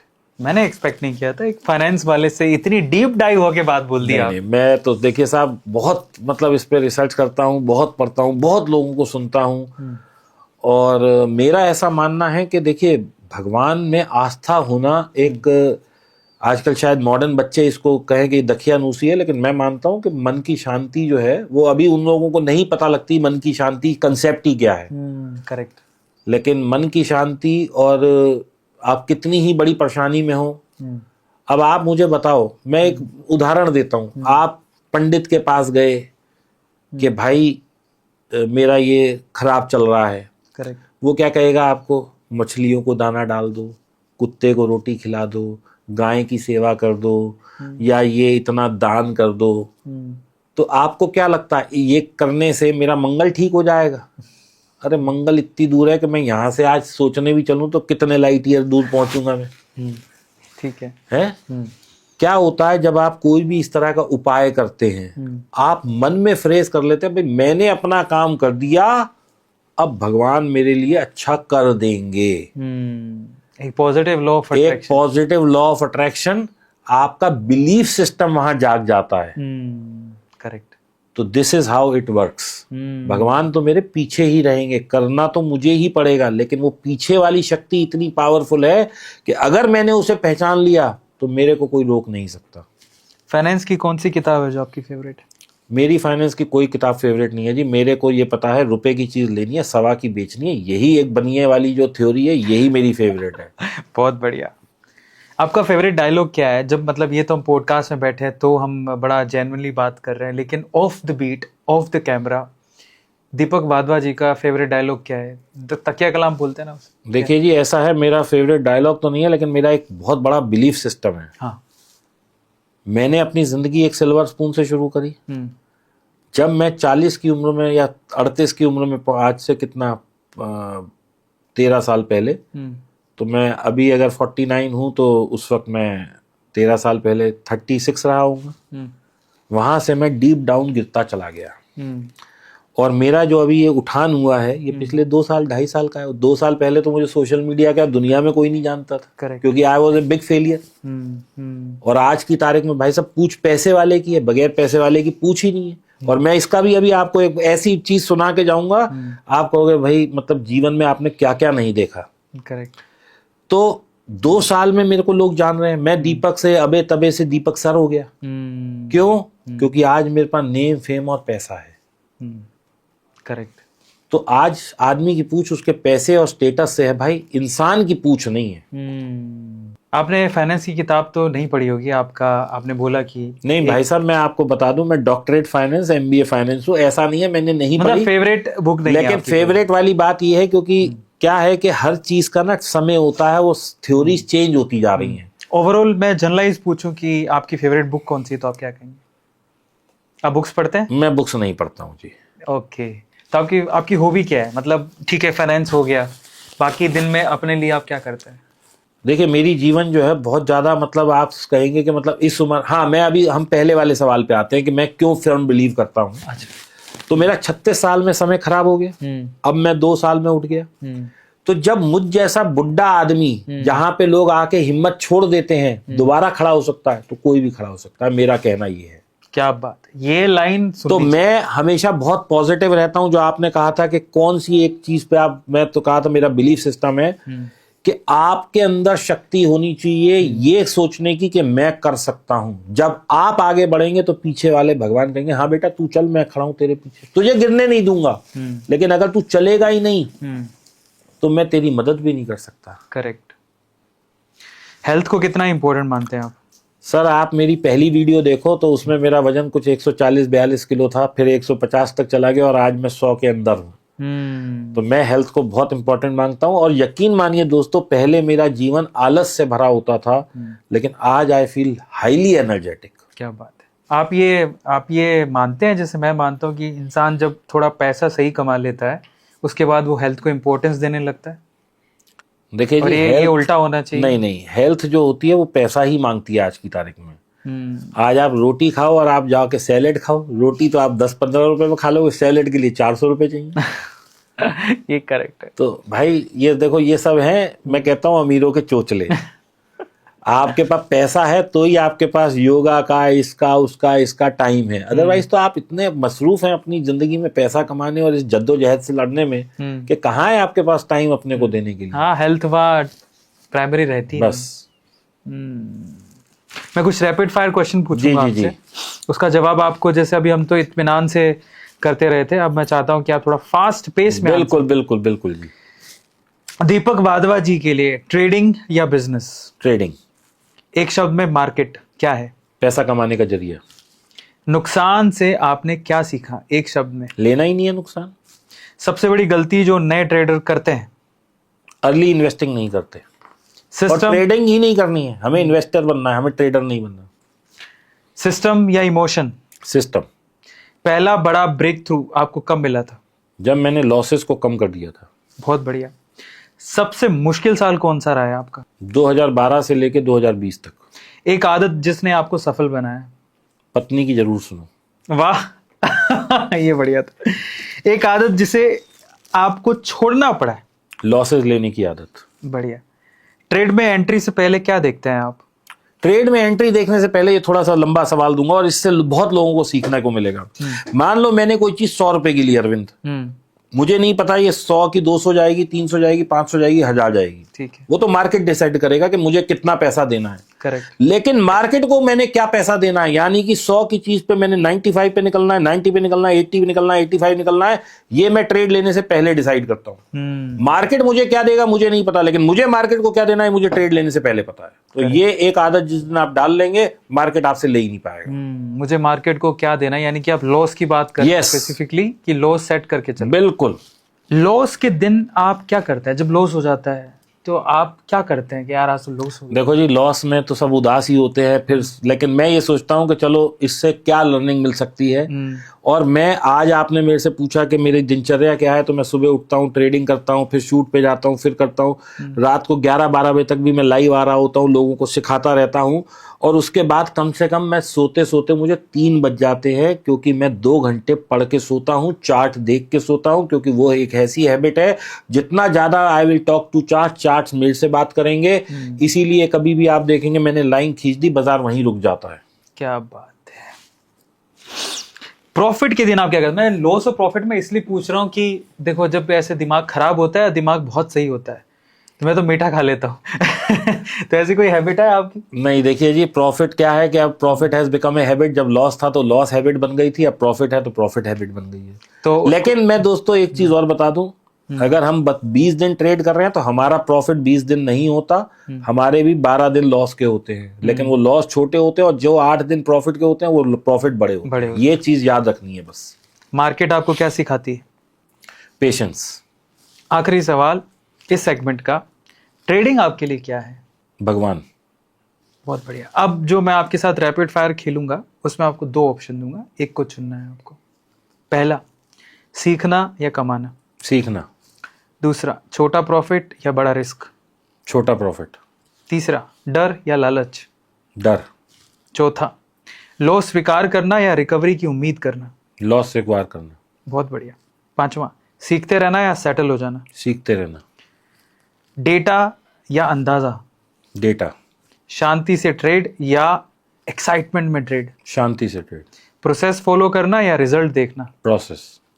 फुल टाइम ट्रेडिंग या part time trading? Full time trading.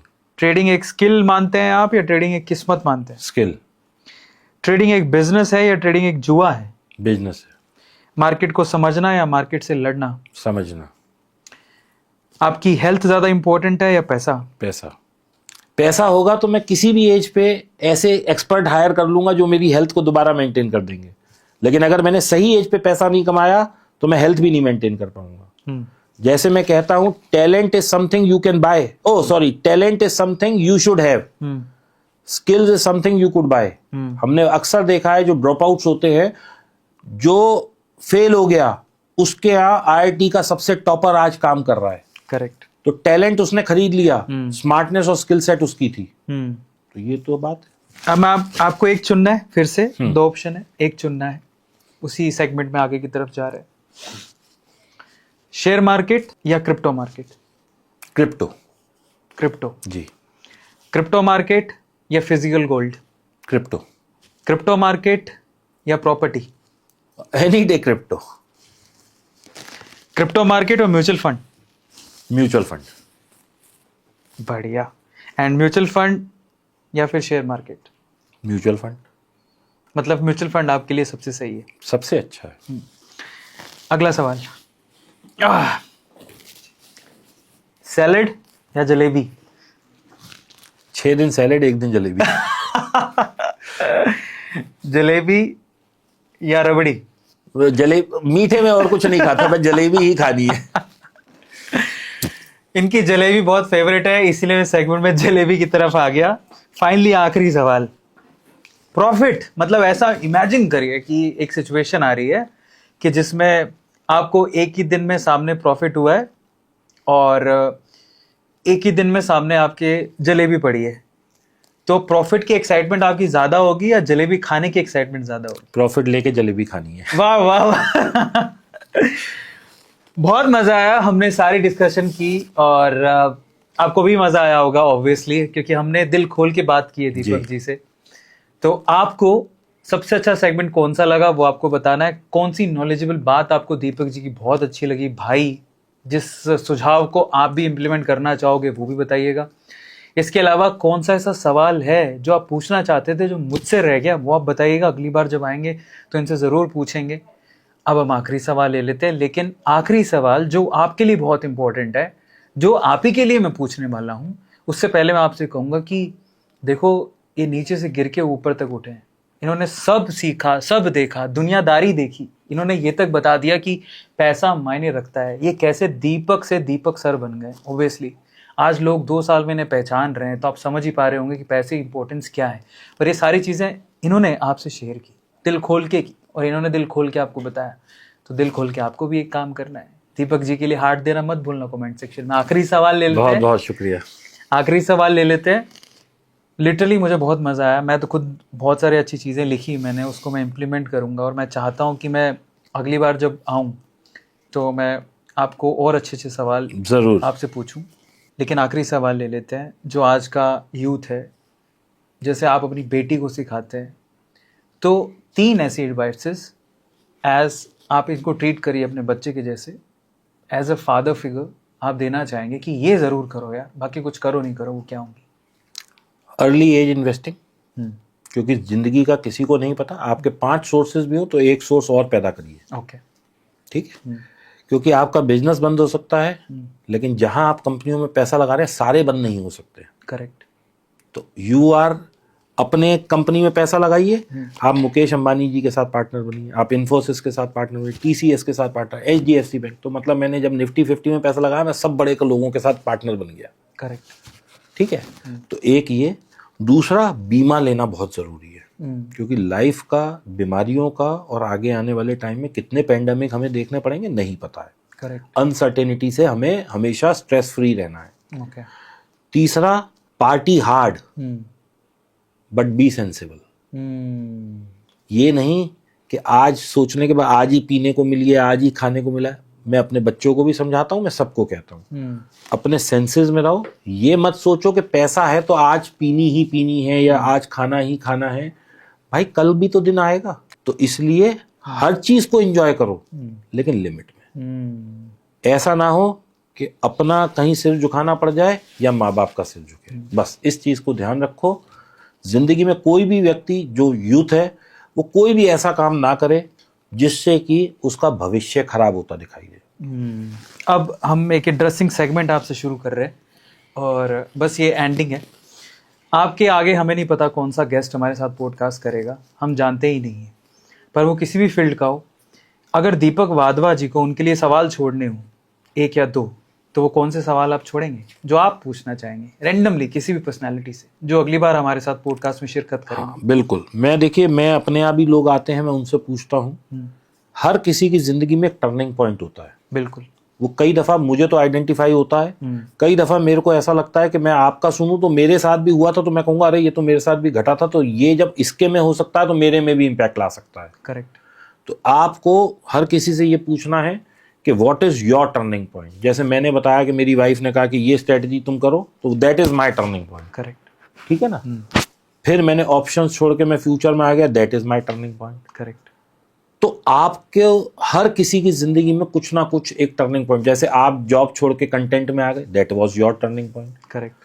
अब दोस्तों इससे बड़ा टर्निंग पॉइंट मेरे लिए क्या होगा कि आज भी मुझे इंस्टाग्राम नहीं चलाना आता, जबकि मेरे 3 मिलियन फॉलोअर सोशल मीडिया पे हैं। बढ़िया। तो आपको जहां अपनी एक्सपर्टीज यूज करनी है आप उसको यूज करिए। करेक्ट। जहां प्रोफेशनल हेल्प लेनी है वो प्रोफेशनल हेल्प लेना ज्यादा समझदारी है, क्योंकि मैं कैमरा नहीं चला सकता, ये भैया जो कैमरा चला रहा है ये ज्यादा अच्छा चला सकता है। करेक्ट। ठीक है ना। मैं इतनी अच्छी इंस्टा नहीं चला सकता, लेकिन मेरी टीम में जो लड़का है वो बहुत अच्छी चला रहा है, तो I am taking his help. Correct. तो आप जिस फील्ड में मास्टर हैं आप उसको करिए। दूसरे की हेल्प लेके अगर आप कुछ कर सकते हैं तो सीखना कभी नहीं छूटना चाहिए, क्योंकि मैंने अपनी जिंदगी में सबसे पहले क्या सीखा कि मैं फैक्ट्री चलाता था, फिर मैं बिल्डर बन गया, फिर मैंने रेस्टोरेंट चलाया, फिर मैंने और 10 धंधे किए, फिर मैं ट्रेडर बन गया और अब मैं फाइनेंस क्रिएटर बन गया। तो कितने सारे मैंने अपनी जिंदगी में उतार चढ़ाव देखे हैं। करेक्ट। तो सीखना क्यों छोड़ना है। बिल्कुल सही बात है। पहला सवाल आपका हो गया जो आप कहते हैं कि टर्निंग पॉइंट जरूर पूछें अगला जो भी गेस्ट आए। दूसरा कोई ऐसा सवाल जो आप चाहते हैं मैं उनसे पूछूं? क्या चीज करने से आपको सबसे ज्यादा खुशी मिलती है? बहुत बढ़िया। ये आखिरी सवाल हम आपसे पूछ लेते हैं कि क्या चीज करने से आपको सबसे ज्यादा खुशी मिलती है? जलेबी खाने से। इसी एंड पे हम लोग खत्म करेंगे, इससे अच्छा कुछ भी नहीं है। आप भी जाओ, ठीक है, हम लोग बातें करते हैं, हाँ पैसा इंपॉर्टेंट है लेकिन जिंदगी को एंजॉय करना भी उतना इंपॉर्टेंट है। ये बहुत अच्छी बात बोल रहे थे जब हम आ रहे थे कार में, तो he was really nice. And जब हम आ रहे थे उन्होंने मुझे बोला कि यार कुछ भी हो जाए, मतलब मैं डाइटिंग कर रहा हूँ, मैंने वेट घटाया, लेकिन जहाँ मुझे जलेबी दिख जाती है मेरा मन एकदम ऐसे बच्चों के जैसा हो जाता है। तो अपना बचपना मत छोड़िए, इसी तरह से जीते रहिए। पैसा है अपनी जगह इंपॉर्टेंट है, खुदा है, खुदा नहीं है लेकिन खुदा से कम भी नहीं है, लेकिन आप भी तो इम्पोर्टेंट है। तो जिए आराम से, कोई टेंशन वाली बात नहीं है। पैसा किस्मत के साथ आता भी, आपकी समझदारी के साथ भी आता, वो आ जाएगा। Finally thank you so much. Like करिएगा, सब्सक्राइब करिएगा, शेयर करिएगा, और क्योंकि ये कोलैबोरेशन में है तो इनका चैनल आपको दिख ही रहा है, इस पर क्लिक करके इनके चैनल को भी सब्सक्राइब जरूर कर लीजिएगा। यूट्यूब ने बहुत अच्छी चीज़ कर दी है, और आपने नहीं देखी है तो हमारे दोनों के आइकन आपको दिख रहे होंगे।